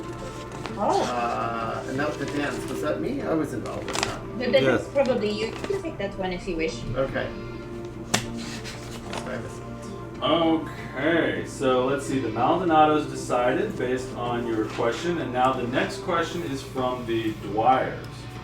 So, am I correct? Daphne has 2, and Jasper has 1? I only went once. Yeah. Okay. And I think Daphne is going to take the Dwyers, maybe? Yeah. All right. So, Daphne, the question is going to be asked of you by the Dwyers. The dice have determined that you have advantage once more. Great. The Dwyers ask you, since you seem to know so much and have so many opinions, who do you think should replace the Queen? Who do you feel has the greatest claim to the throne? I do not feel that it is my purview to offer a successor.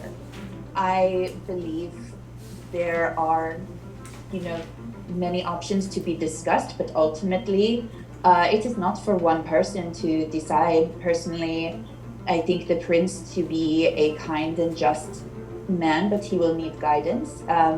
That said, I am not from Greater Elenia. I do not know all of the intricacies of the politics. I just know when someone can no longer lead responsibly. Okay. Give me one sec.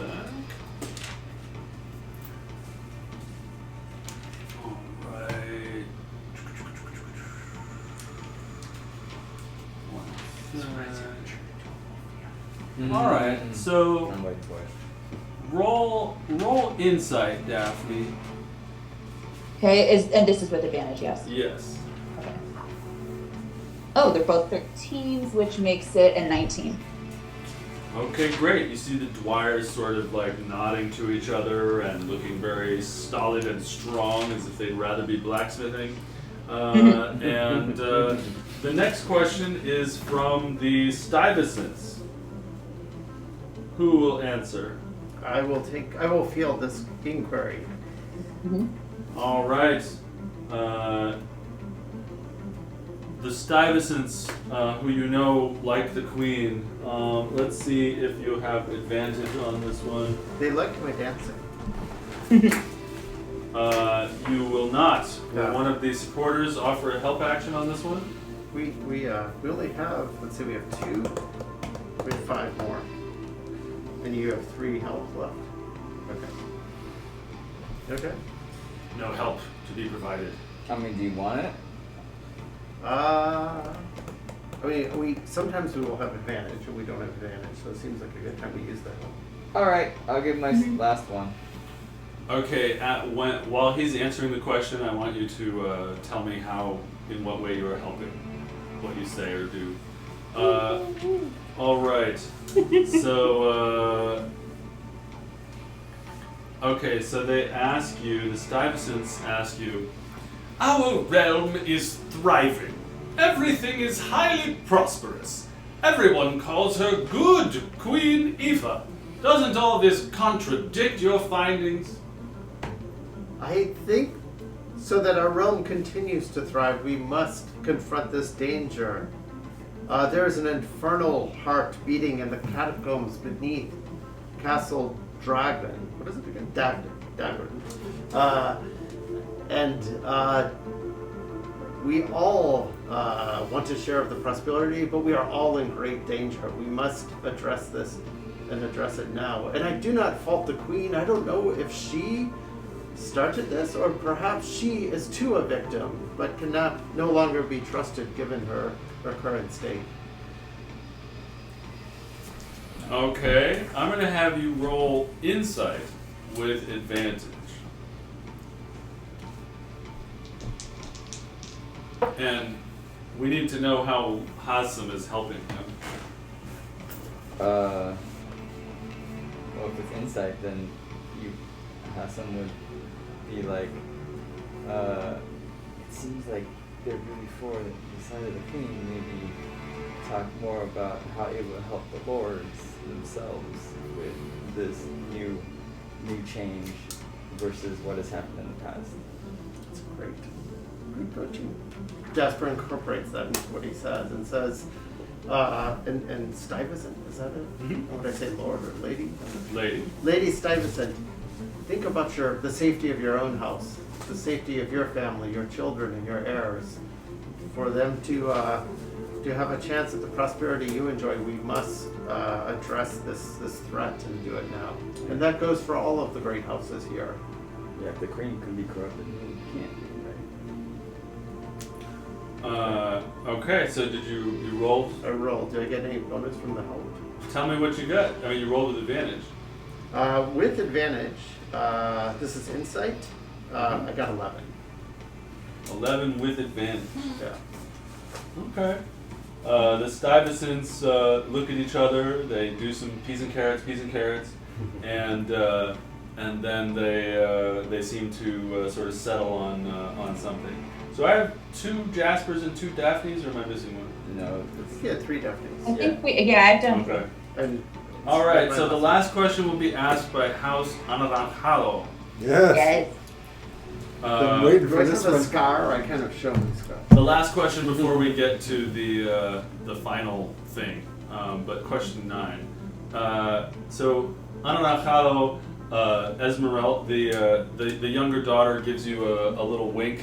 Esperanza, she gives you a little wink and A little flourish. yes, and then the older one says to you, "Hola, ¿cómo estás? ¿Quieres contestar una pregunta?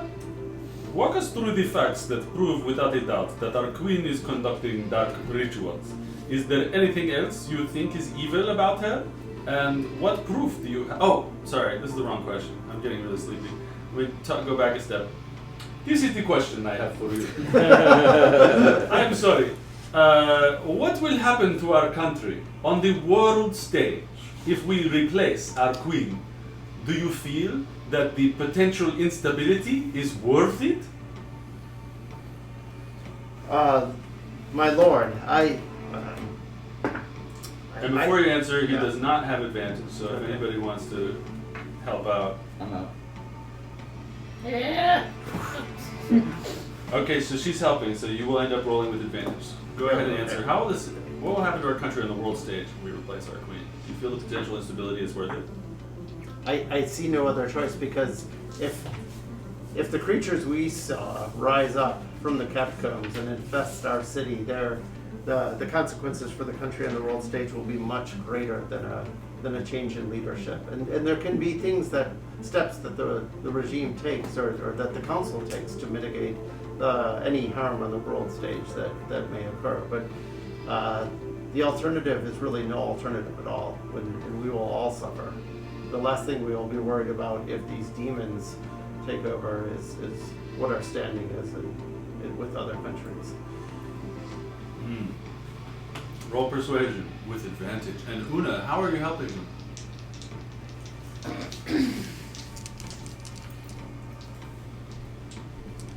Might want to mention that there's a gaping maw of hell under the castle, and that we have no idea what further beasts might erupt from this if we do not figure out how to shut down this magic.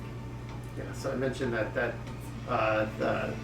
the nature of the infernal creatures we've encountered have only grown worse over the past days, and they may continue to who knows what devils will emerge. So we have to take action now.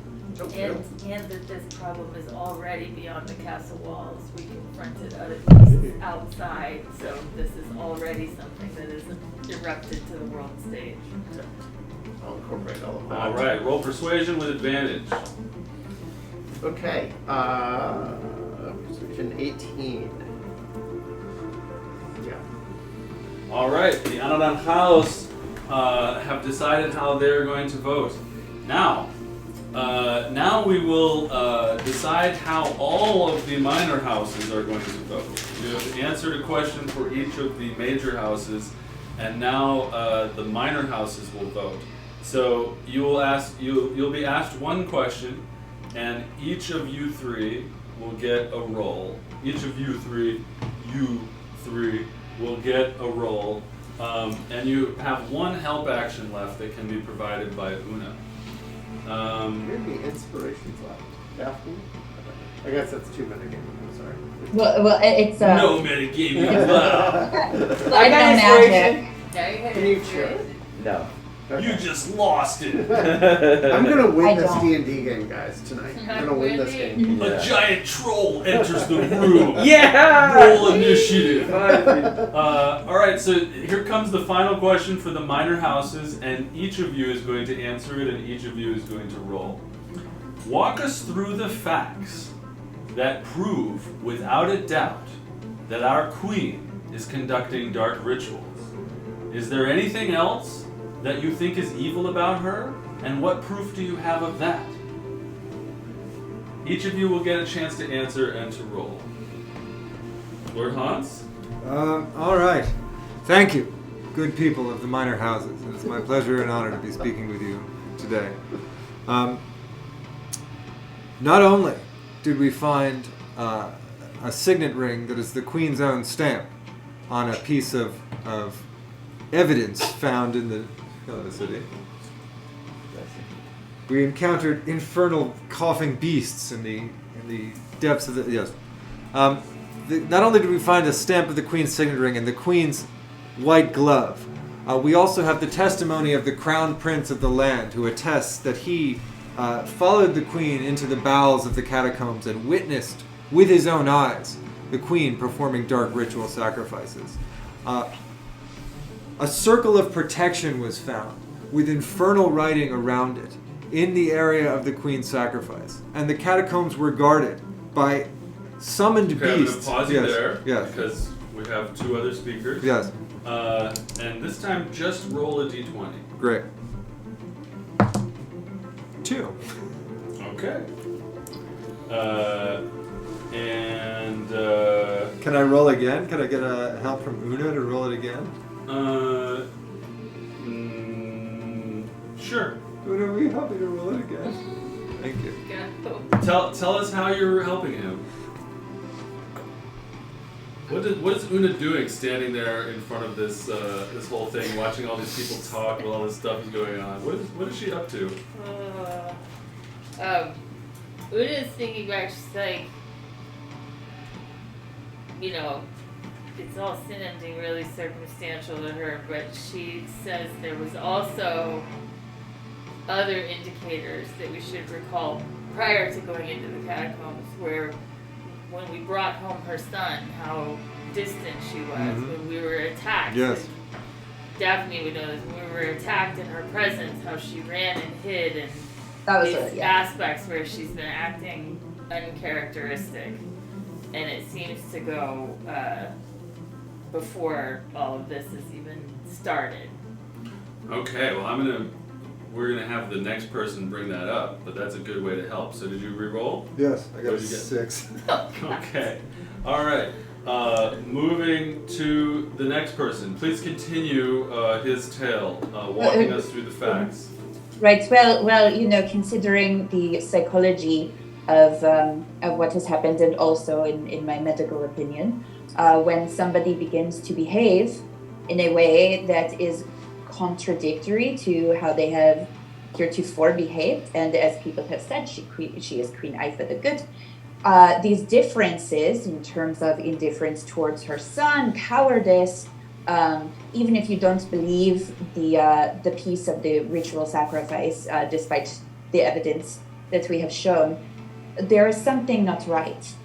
And the other piece that I would offer while we're talking about personalities and what is happening is that, as Lord Hans intimated, the person who initially brought this to our attention is the prince, and I do believe anyone who has met the prince will know that for many reasons he is perhaps not even capable of putting such a plan into action. He's too pure of heart, for one thing. But I think everybody who has met him will agree that these machinations are not his style, so to speak. Okay, roll persuasion. Okay. 15. Okay. And what did you roll on the d20? 6. And if you had rolled persuasion, what would your roll be? If I added my bonus, it would be 11. Okay.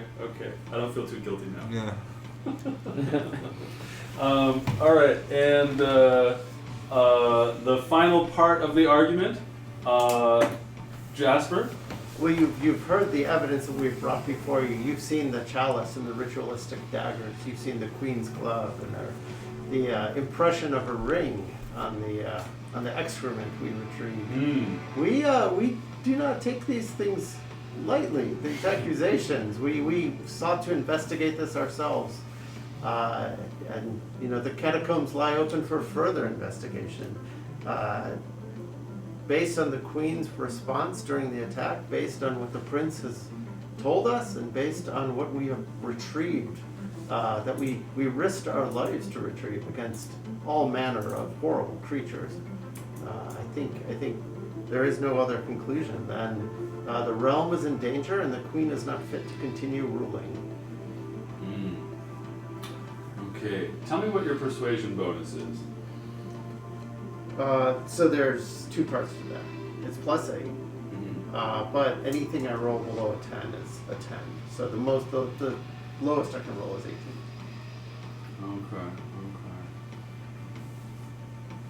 Being a newly administered student of the College of The Elements. lowest you can roll is an 18? The lowest I can roll is a 10. Uh-huh. And then I get my +8 bonus. Right, okay. Alright, roll persuasion.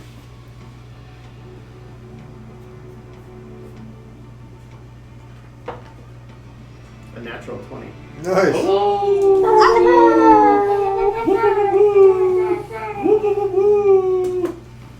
Okay. I should be the new king. And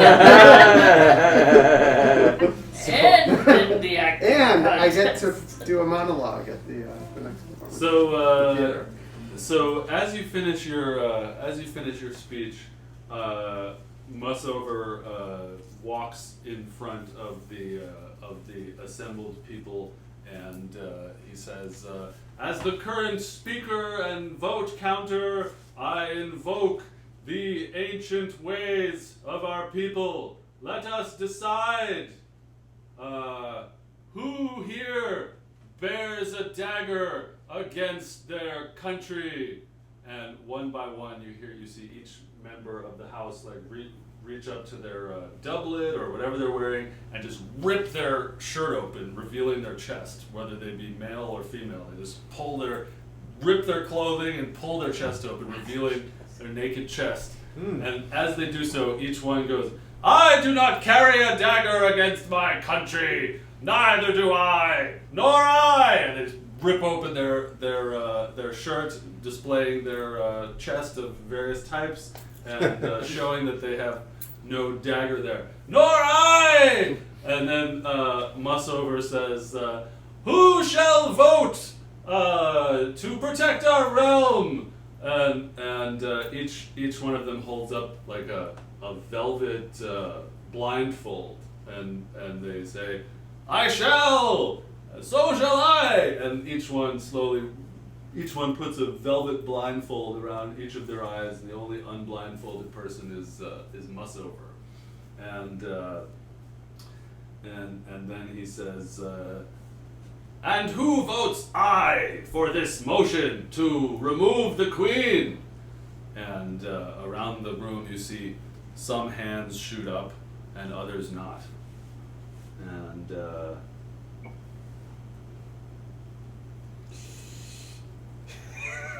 And Mussover counts the votes, and then he says, "And who says nay to this motion to remove the queen from power?"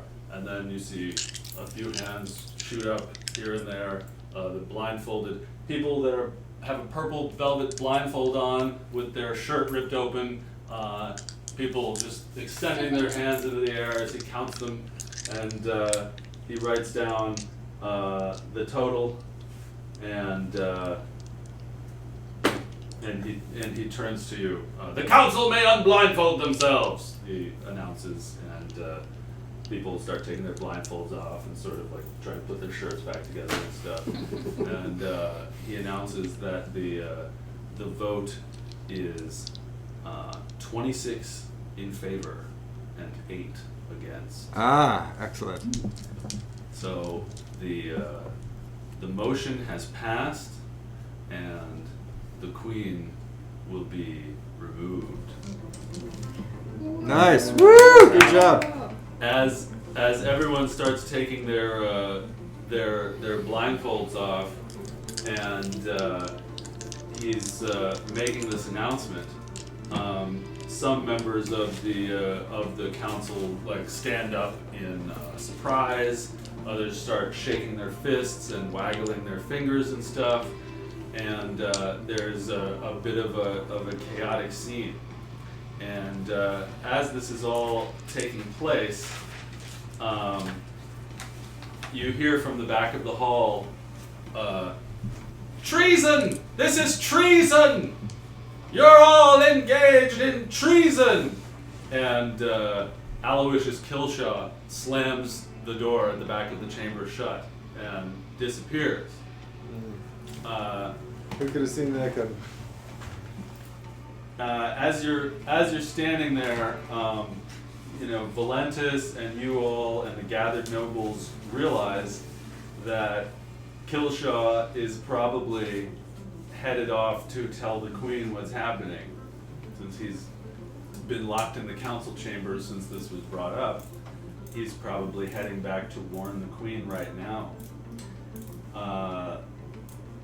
Valentis tells you that he thinks that we should try to beat Aloysius back to the castle before he can warn the queen. let's run off. Yes. Let's run after him. Agree. Yeah. Can we think of some way to get back to the castle before he does? I can go very fast, but only Oh. for one turn and in combat.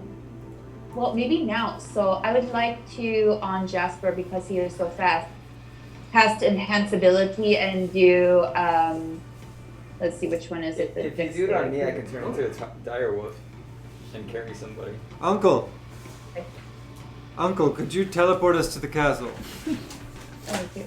Your uncle looks at you with disdain. Damn it. You and I will need to speak in my chambers before I will continue to address you publicly.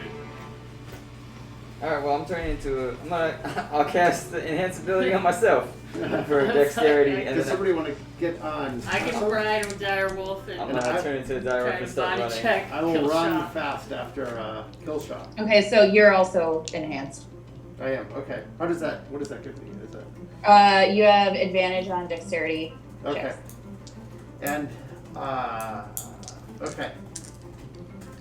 If I can use my feline agility, which is supposed to be only used in combat, I would use it for one turn. But otherwise, I will just Yeah, you can use it. So, Okay. so what's going on? Someone's turning him into a dire wolf. Or turning he's turning into a dire wolf. And I'm someone's- riding a dire And you're wolf. riding him. Yeah. And then Jasper is using his feline agility For to. one turn, I can cover 60 feet, and then after that, I'll just go as fast as I can. Okay. I'm getting my I'm rope just gonna run. ready like a I'll lasso. run after him. And you start Yeah. running towards the castle. I'm 50 feet movement, so I'd be going 100 feet per round. Okay, so as you you burst out of the council chamber, and the wolf is ahead of everyone with Una on his back. You don't see Killshaw anymore. You don't know if he ducked into an alley or he, I try to smell him. and you don't smell him Oh. as you're running. I'm going back towards the castle the way I best know, the way we came. Yeah. As you're running out of the chamber, being the last to leave, you hear behind you the gathered nobles reacting to this as well. You hear someone saying that he'll lend his best warriors to the cause. You hear someone else saying that that she has retainers that she's willing to send to the castle to try to stop Aloysius Excellent. and the queen. Do you stay or anything, or you just keep running towards the castle? I'll stay behind it. I'll stay behind for a beat, and I'll say yes. Please, houses, whoever you can send to the castle to intercept this Aloysius. It's absolutely crucial that he not speak to the queen and warn her. So the general consensus among the nobles is that they're going to send their retainers and little private armies and groups and best warriors to the castle to support them, you all, as you're headed over there to stop Aloysius. The wolf is running towards the castle with the cat 100 or so feet back as you tear down the street, and as you start to get closer to the castle, you see the guards messing with the crank thing that operates the gate to drop down. Wolf, would you like to roll athletics or acrobatics? Acrobatics. Okay, roll acrobatics, Wolfie. That's the thing I gave myself advantage for. Well, they're the same roll anyways. Let's see. Is he better than me? He is not. 13. Okay. And roll acrobatics, Jasper. Okay. 15. So you've got advantage. Oh. Thank you. And Daphne, what have you been up to this whole time?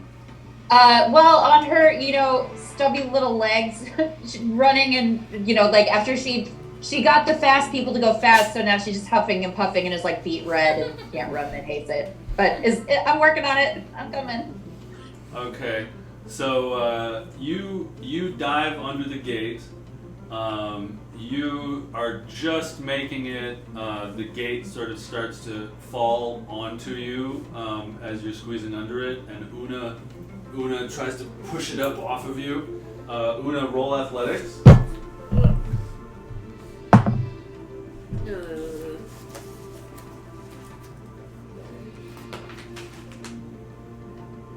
Seven, 16.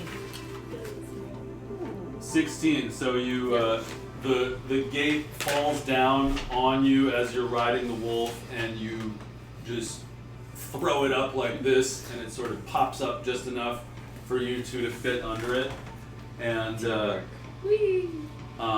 you get into the antechamber, the sort of what do you call it, the courtyard, before the keep, and there's not really anybody around. The guards that were messing with the gate are up on the ramparts above you, and you think you see a shape darting into the keep. What are you three up to? I keep going. I'm trying to catch this dude. Yeah, so we don't see anything else. That might be Aloysius, just that shape. I follow the. You see some guards in the distance, but you don't see anybody close right now. And the shape is going towards like the queen's throne room kind of ish. That is your assumption. All right, yeah, that's the direction I head. So you dart in there. So Daphne's running along, and Lord Hans, are you running along? Yes, I'm running as ineffectually as Daphne, but in a lanky manner. So you all are starting to get up to the castle, and you see that the gate is closed. What do? Open the gate! You call out, open the gate, and you three are already booking it towards the keep, so you don't hear it. You see a guard at the top of the rampart. Oh yes, hello. And he says, "I'm sorry, we've been ordered by the queen to close all the entrances to the castle." And how many guards are around? You just see him right there. You see a couple other ones down the ramparts, but you can't really see this really high up above you. But you see this person is at the crank. Oh, dare I do it? Of course you do, man. Dare I do it? I suggest that you open the gate.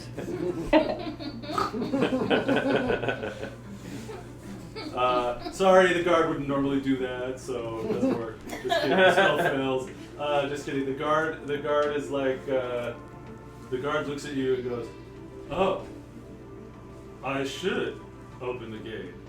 Yeah. And just starts like cranking it like this. And keep it open for 8 hours. He didn't say that. So he opens the gate, and and you've been running up to it this whole time. As soon as the gate is open, the guard snaps out of it. He goes, "What am I doing?" We're running in! Daphne, run! And he lets go of the crank, and it starts going like this, and the gate starts falling down. So you two roll athletics. Oh no! Yeah. Oh, wait. But that is a 13. And a 6. This was such a good day for you. Daphne, you roll under the gate at the last moment. Lord Hans, you take 2 bludgeoning damage as your ankle is partially smushed by the and you make it under there. And, Oh, good. And just as you're both inside the gate, you see your compatriots disappearing into the keep ahead of you, clearly headed towards the throne room. Or something. I'll follow like them. Yeah, I'm gonna bonus action healing word his ankle just in case that's slowing him down and like NLZ. Thank you. We gotta go. Mm-hmm. All right, I'm making a note that both of you are down 1 spell slot. I'm down 2 because I no. also did enhance ability. So. Oh, that was what that was. Okay. Yes. Tired DM doesn't always listen to me. No, it's okay. So everyone runs it towards the keep, towards the throne room, and that is where we will end our campaign tonight. Yay! Okay. Outstanding. So, tomorrow, same time? Yeah, right. Very good. What will happen next? Find out in the new year. Jesus. So, let's do some checkouts. What did you enjoy today? What are you looking forward to next time? Oh, and new things. So, what did you enjoy today? What are you looking forward to next time? And something cool that a fellow player did that you want to celebrate. Lord Hans, you want to start off? Yes. So what are the questions? Something you enjoyed today, Mm-hmm. something another player did that you think was great, and something that you're looking forward to. All right. I enjoyed. Obviously, I enjoyed the question and answer minigame, and I really enjoyed for my character. I enjoyed the tension of what was going to happen with House Tamerlane and how my uncle was going to react to me. Would he take me back? No.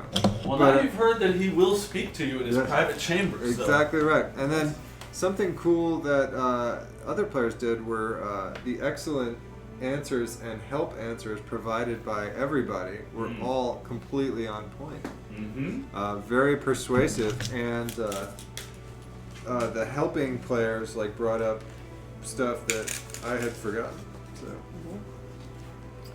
it was cool, and the whole setup of that was obviously the mechanics of that were obviously awesome. Thank you. What are you looking forward to for next time? I'm looking forward to getting this rat bastard fucking Killshaw. I'm looking forward to putting the kill in Killshaw. I'm gonna go all stark on that. That's right. All right, Julie. And marry him? Is that what Later part.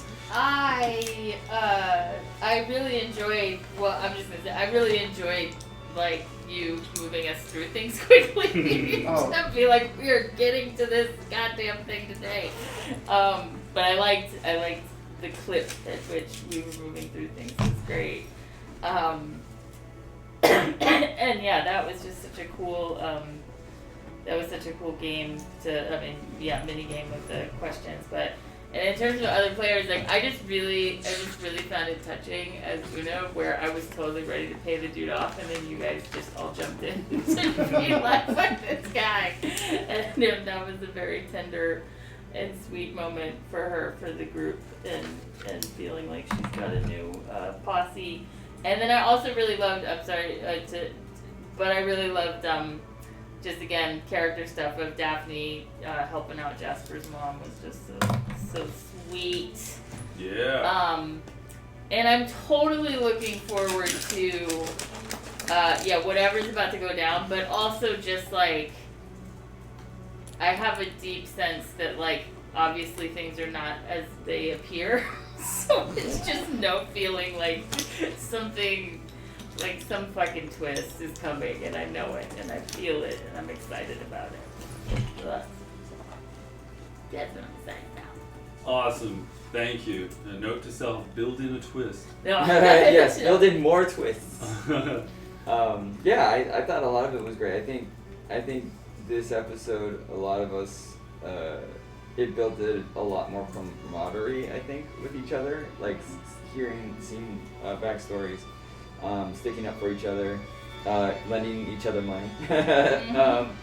It was pretty funny. Lord Hans is like, anyone got money? Money anyone?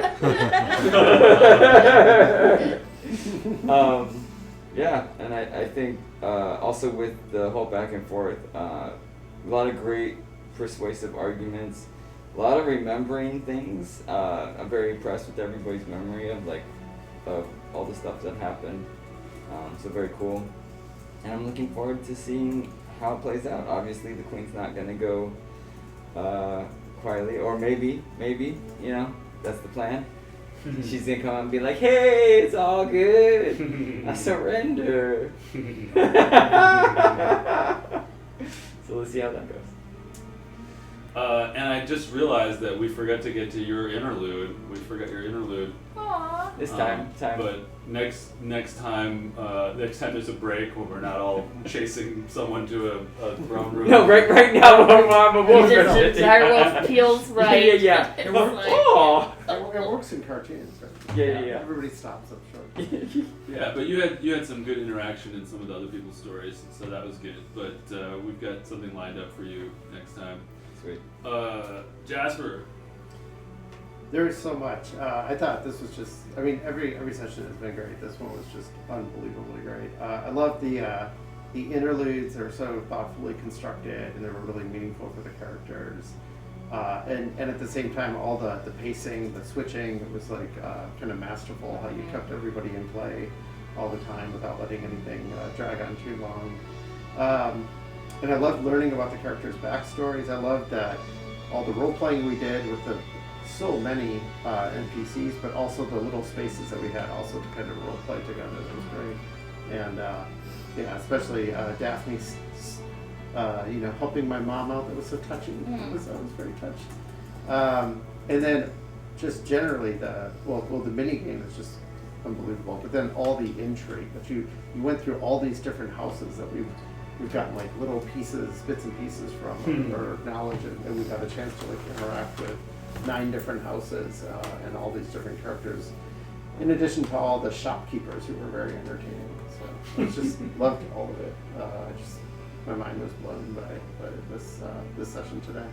Yay! Great work, everyone. Thanks, Jasper. And what are you looking forward to next time?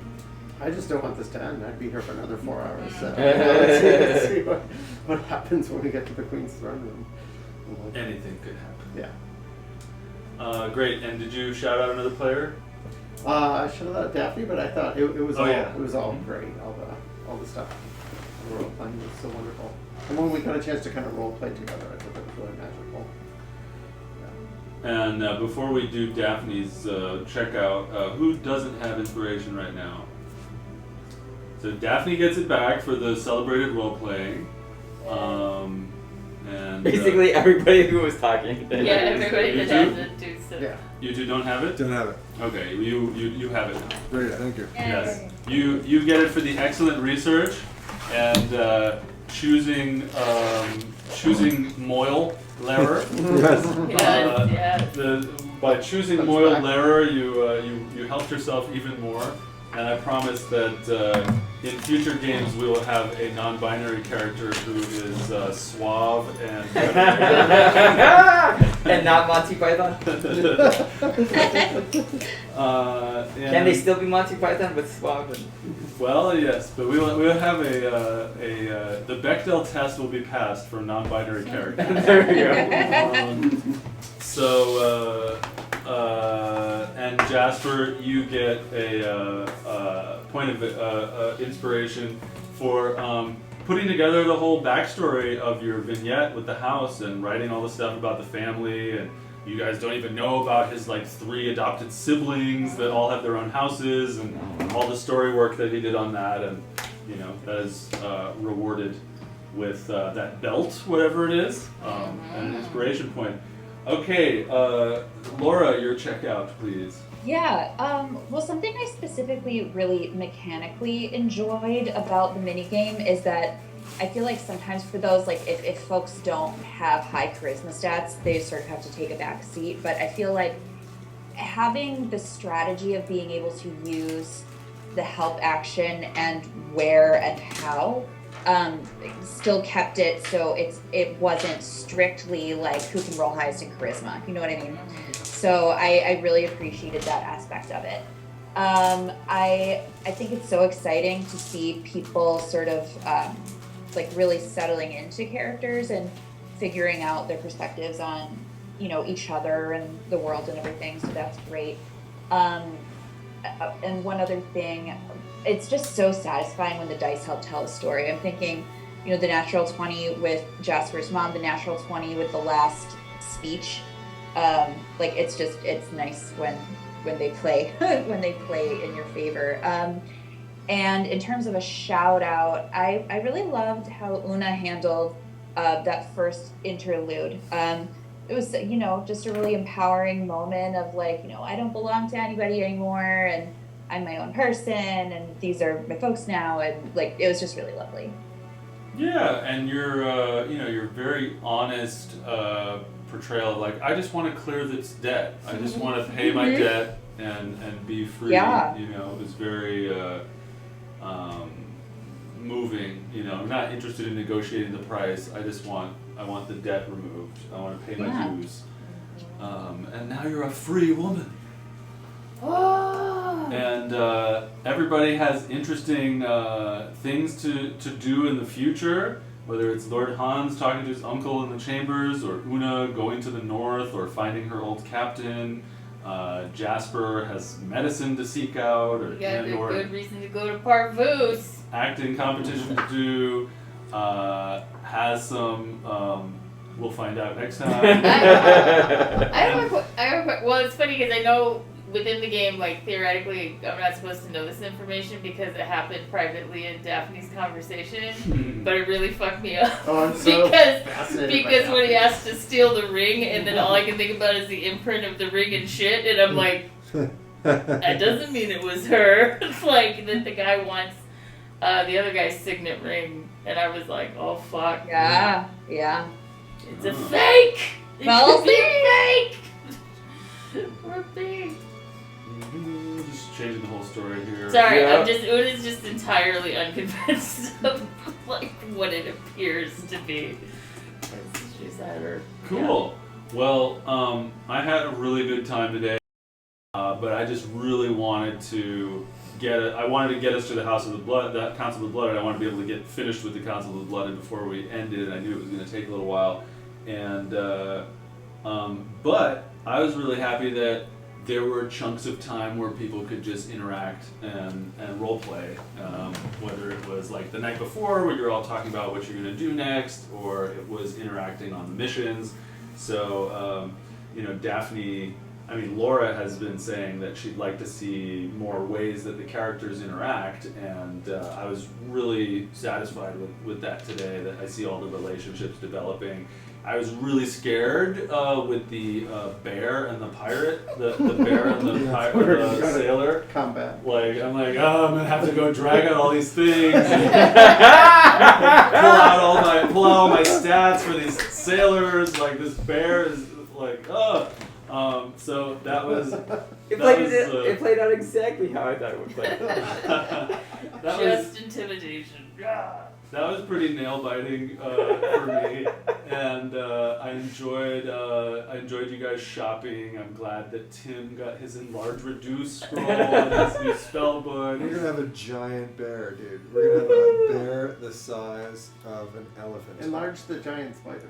Yes, a giant spider. And Jasper's whole journey with his parents was really touching. Like the Daphne thing was touching for sure, but just also his whole interaction with his parents was really great. So I love that real drama is playing out here, and Hassan is hilarious as always.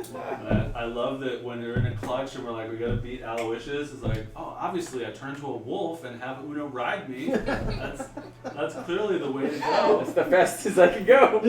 And halflings don't walk very fast. yeah, and This is the second time I get to ride you. I'm giving myself a pat on the back because when we were ending a little bit earlier than I expected, so I improvised the whole ending with the gates and the guard on the rampart and all of that. Nice. So, Oh, nice. usually I write every single thing that's going to happen. So I'm going to give myself an inspiration. Yeah. Pulling that off. All right. Well, this is great. So our next session is January 7th, right? So far. Or 8th, is that right? 8th. It's the Sunday. Yeah. My phone is charging, so. Yes.